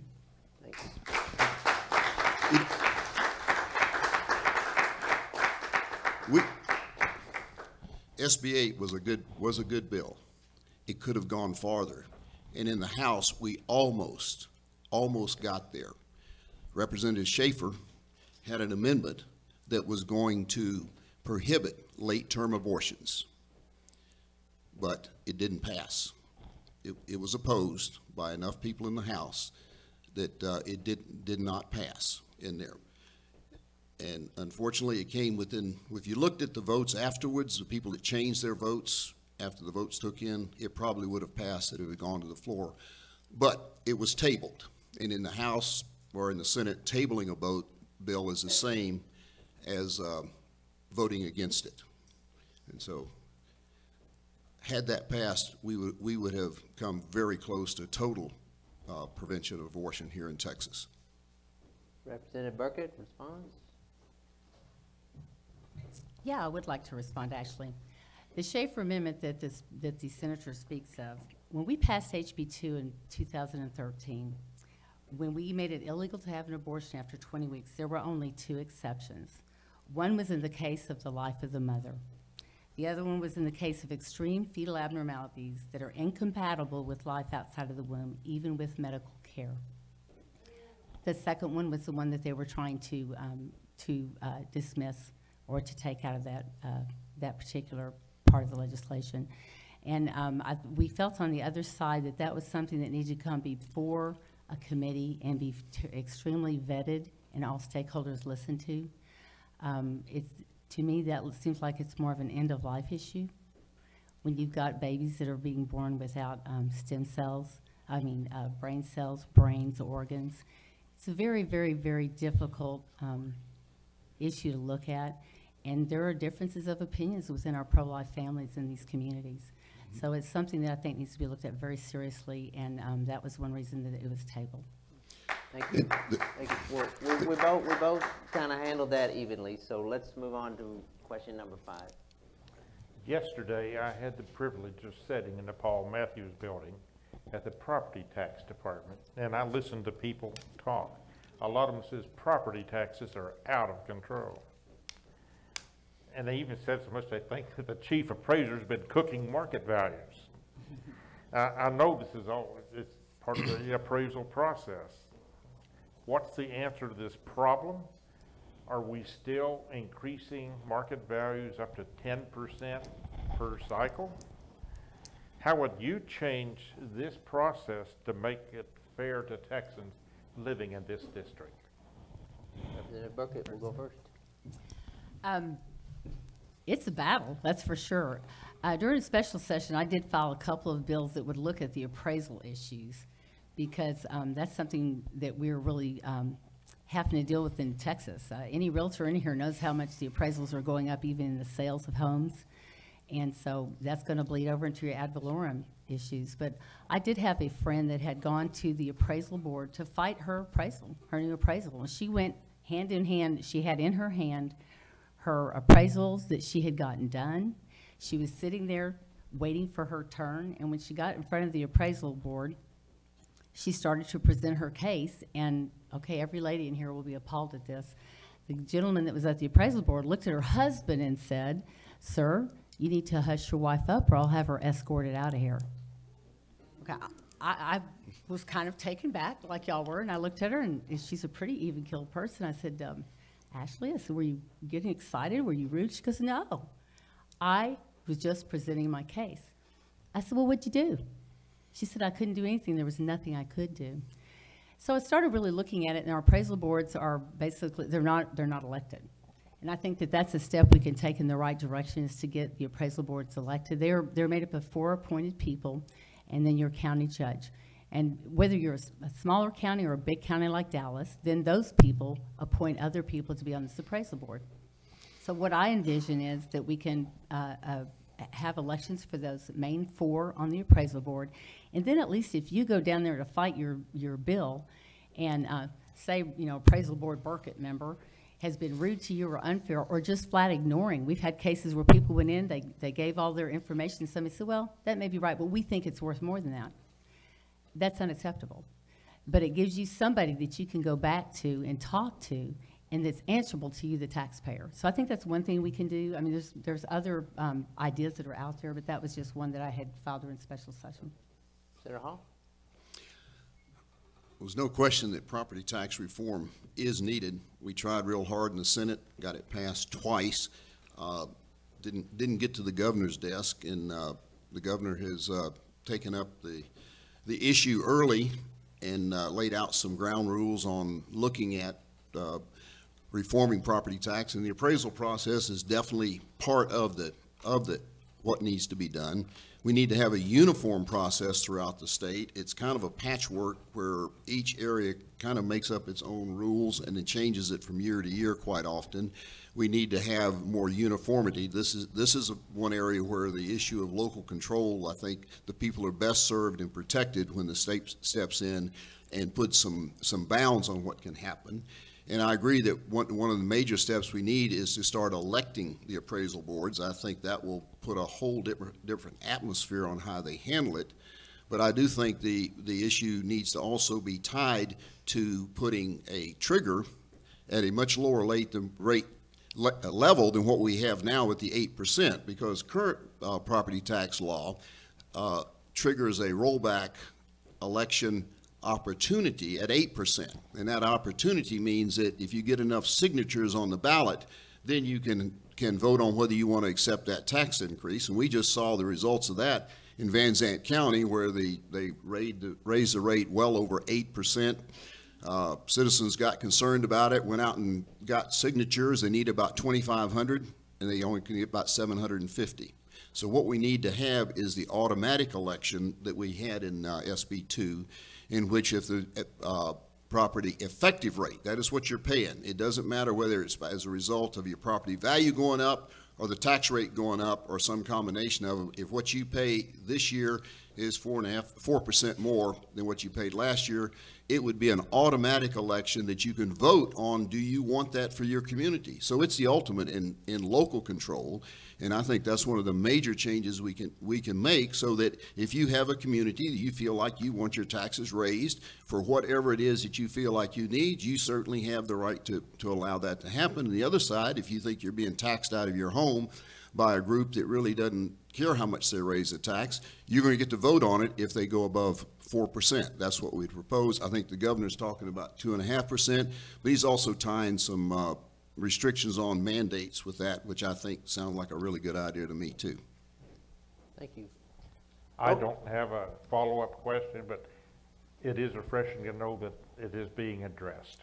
Yes, sir. It will be addressed. Okay, last question. I've saved the toughest brain buster for 15 till 10. Senator Hall will go first in his response. Single biggest line item in the state budget, Medicaid. Some say, oh no, we spend more on education. Well, that's true if you combine K through 12 and higher education. I mean, that's a nice thought. I kind of consider higher ed, you have to spend it on K through 12 and you have to spend it on Medicaid. So that's kind of how I compare it. Medicaid's #1 line item. Grows at 10% annually. That's about 3 times the rate of population inflation. And for the last 2 sessions, the Senate has actually proposed in their budget has actually proposed more than the House. My question is, what's conservative about that? I mean, I think Medicaid is all entitlements are, but Medicaid is one that Texas has a certain amount of control over. What's a conservative solution? That's a good question. Now I think we started in the direction, first of all, recognizing that a lot of the way our hands are tied because of federal regulation. And yes, we do have some control, but not all that much. What we need to have control over is how and who is eligible and how the money is spent. with the federal government making the move like they had with the individual mandate and some other changes coming, it's going to make it easier. But I think our best way out of this is an interstate compact with other states where we get a block grant and then we get to define our system the way we want to do it and the eligibility of it. Right now, one of the biggest problems we have with Medicaid and the cost of it is either you're in or you're out. It's 100% or zero. And that needs to change. It needs to have a means test so that those people who truly need the help, they're in 100%, no question asked. But as their income goes up, then they share in the cost, much like everybody else does when they have insurance, with a copay until you work your way out of the system at the top end of it. That is shown through study after study that would significantly, that would probably be the single biggest reducer of cost to Medicaid by having a means test and graduated and then redefining eligibility.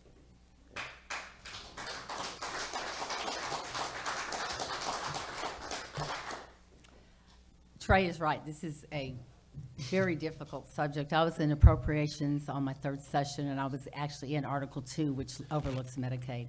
And I think our biggest problem is fighting the federal government over it. There are a lot of strings attached. Y'all remember when we were trying to do they were wanting us to do the Medicaid expansion. Of course, Texas held their ground, and we voted no. And even though the Obamacare was written where they couldn't punish us and take away Medicaid because we didn't expand it, what they were instead trying to do, I learned in appropriations, was they were taking away the auxiliary programs, which lessened what we had to work with.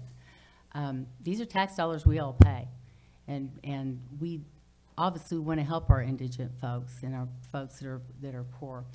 Block grants would be a very effective way to do that. They've done that across the country. Obviously, in a state the size of Texas, you know, we equal about 5 states if you look at it, and what we need in North Texas is different than what you may need out here in Hunt County or in Lubbock County or down on the border. The needs are different, the ages are different.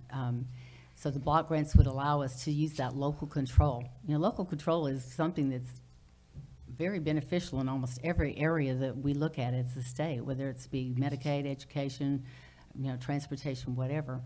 So I think we did have means testing, Senator, every 6 months in the state of Texas. And then when Obamacare came in, they took away that option for us. Then it went to 12 months. So if you as a Medicaid recipient, you lost your job, of course we want you to, you know, be able to go to the doctor or whatever. Maybe 2 months later you got a job, but you still had 10 months of Medicaid. So I would love to see us get back to that biannual review to see what your means testing is. That's something we're going to have to work out with. And now that we've got a strong president in there and a Congress and House that can work together, where we can override some of those changes that were made in Obamacare because they're really important. I think another thing we can look at for our to help provide folks that are on the lower income level are these federally qualified federally qualified centers. I'm sorry, I can't get the word out. Where they're going to be using their providing services on a sliding scale. You know, if you go into the federally qualified healthcare center and you're making $10,000 a year, what you'll pay will be less than somebody that's coming in making $20,000 or $30,000 a year. But it's a way that we can get our services out and have some assistance from the Medicaid block grants, and make sure that we're getting the biggest bang for our buck. We need to make sure that we have those people, the people that are Medicaid recipients, going to a federally qualified healthcare center, not going into the hospital and the emergency room. That's the most expensive care they can get. And there's been some provisions that we've put in to kind of guide that. It's something we have to stay on top of. But you're right, healthcare, providing healthcare is out of control, whether you're in the private sector or the state sector. We even have to pay the Obamacare tax, you know, on the health care that we provide to our employees.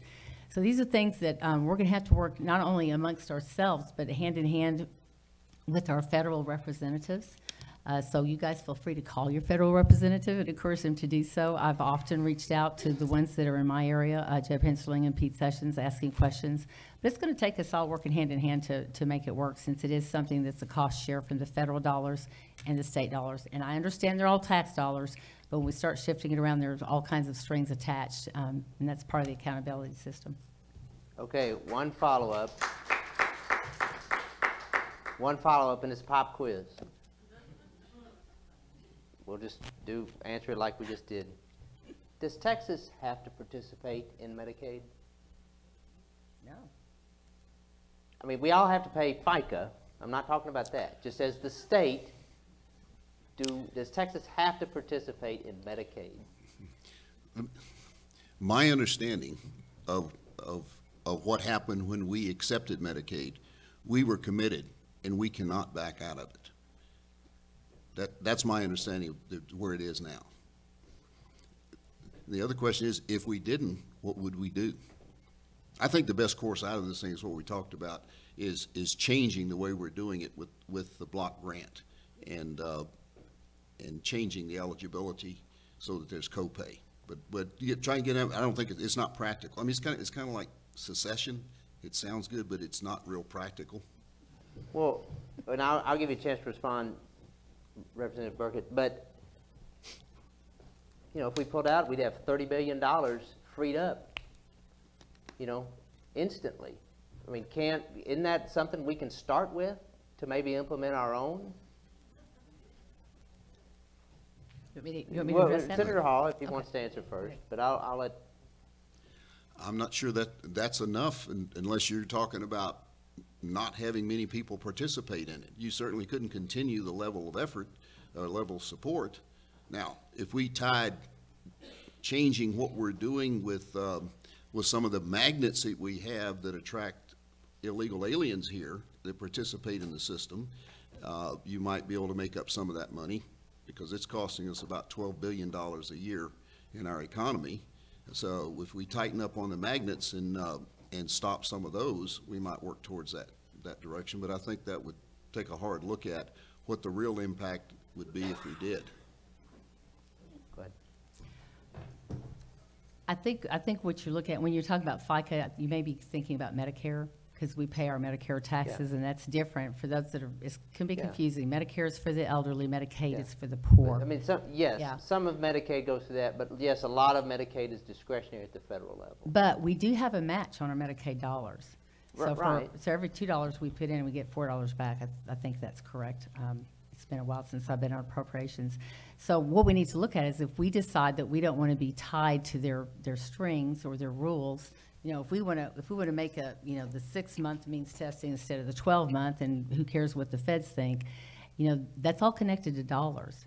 So we have to look at that. When we passed in 2011, I put that amendment on the budget about to defund part of Planned Parenthood. Well, the immediate response from the Obama administration was they cut our women's health dollars immediately, and so that was when we were in the recession. And God blessed. I mean, we had our fracking came back, and all of a sudden the dollars were there, and Rick Perry stood up and said, you know what, we'll do this without you. And we did.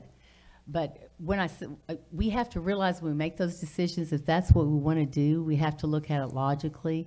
We have to look at the dollars that are put in there. I actually had a bill that I filed, not this session, but last session, that was going to it was this session. It was going to make the comptroller and LBB look at every single dollar that we draw down from the feds. How do we get it? You know, is there a match that we're getting for it? Would we have done it anyway? Are we just doing the program to get the dollars?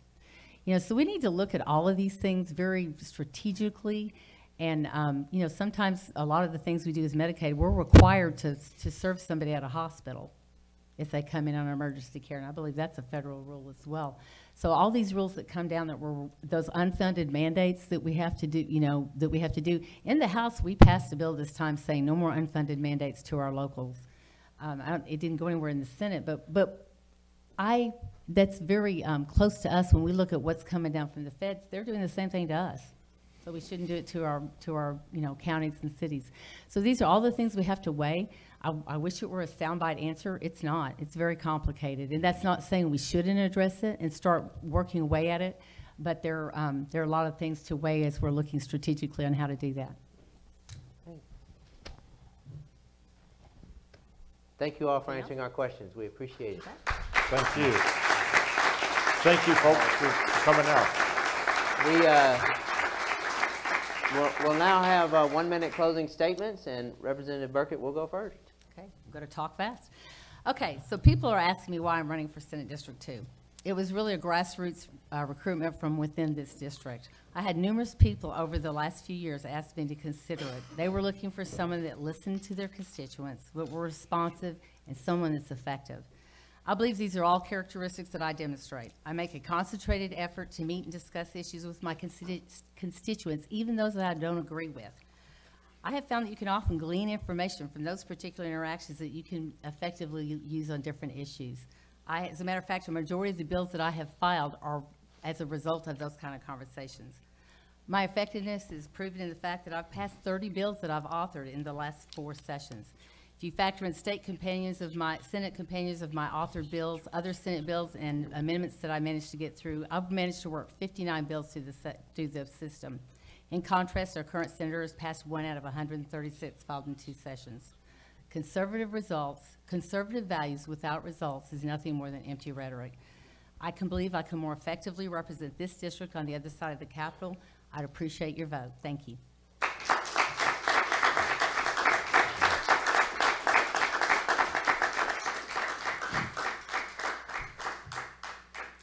Thank you very much, and I think your choice is very clear. Promises made were promises kept.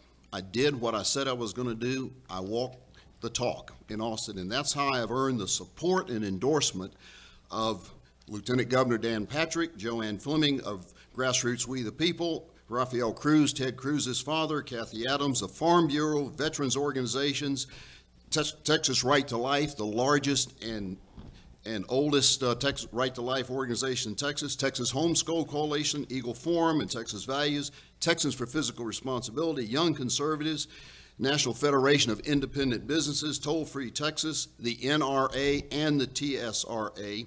Their endorsement is not for campaign rhetoric. It is for my effectiveness and conservative votes in Texas, in Austin.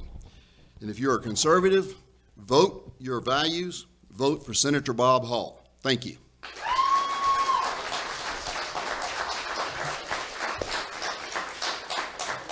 Thank you all again.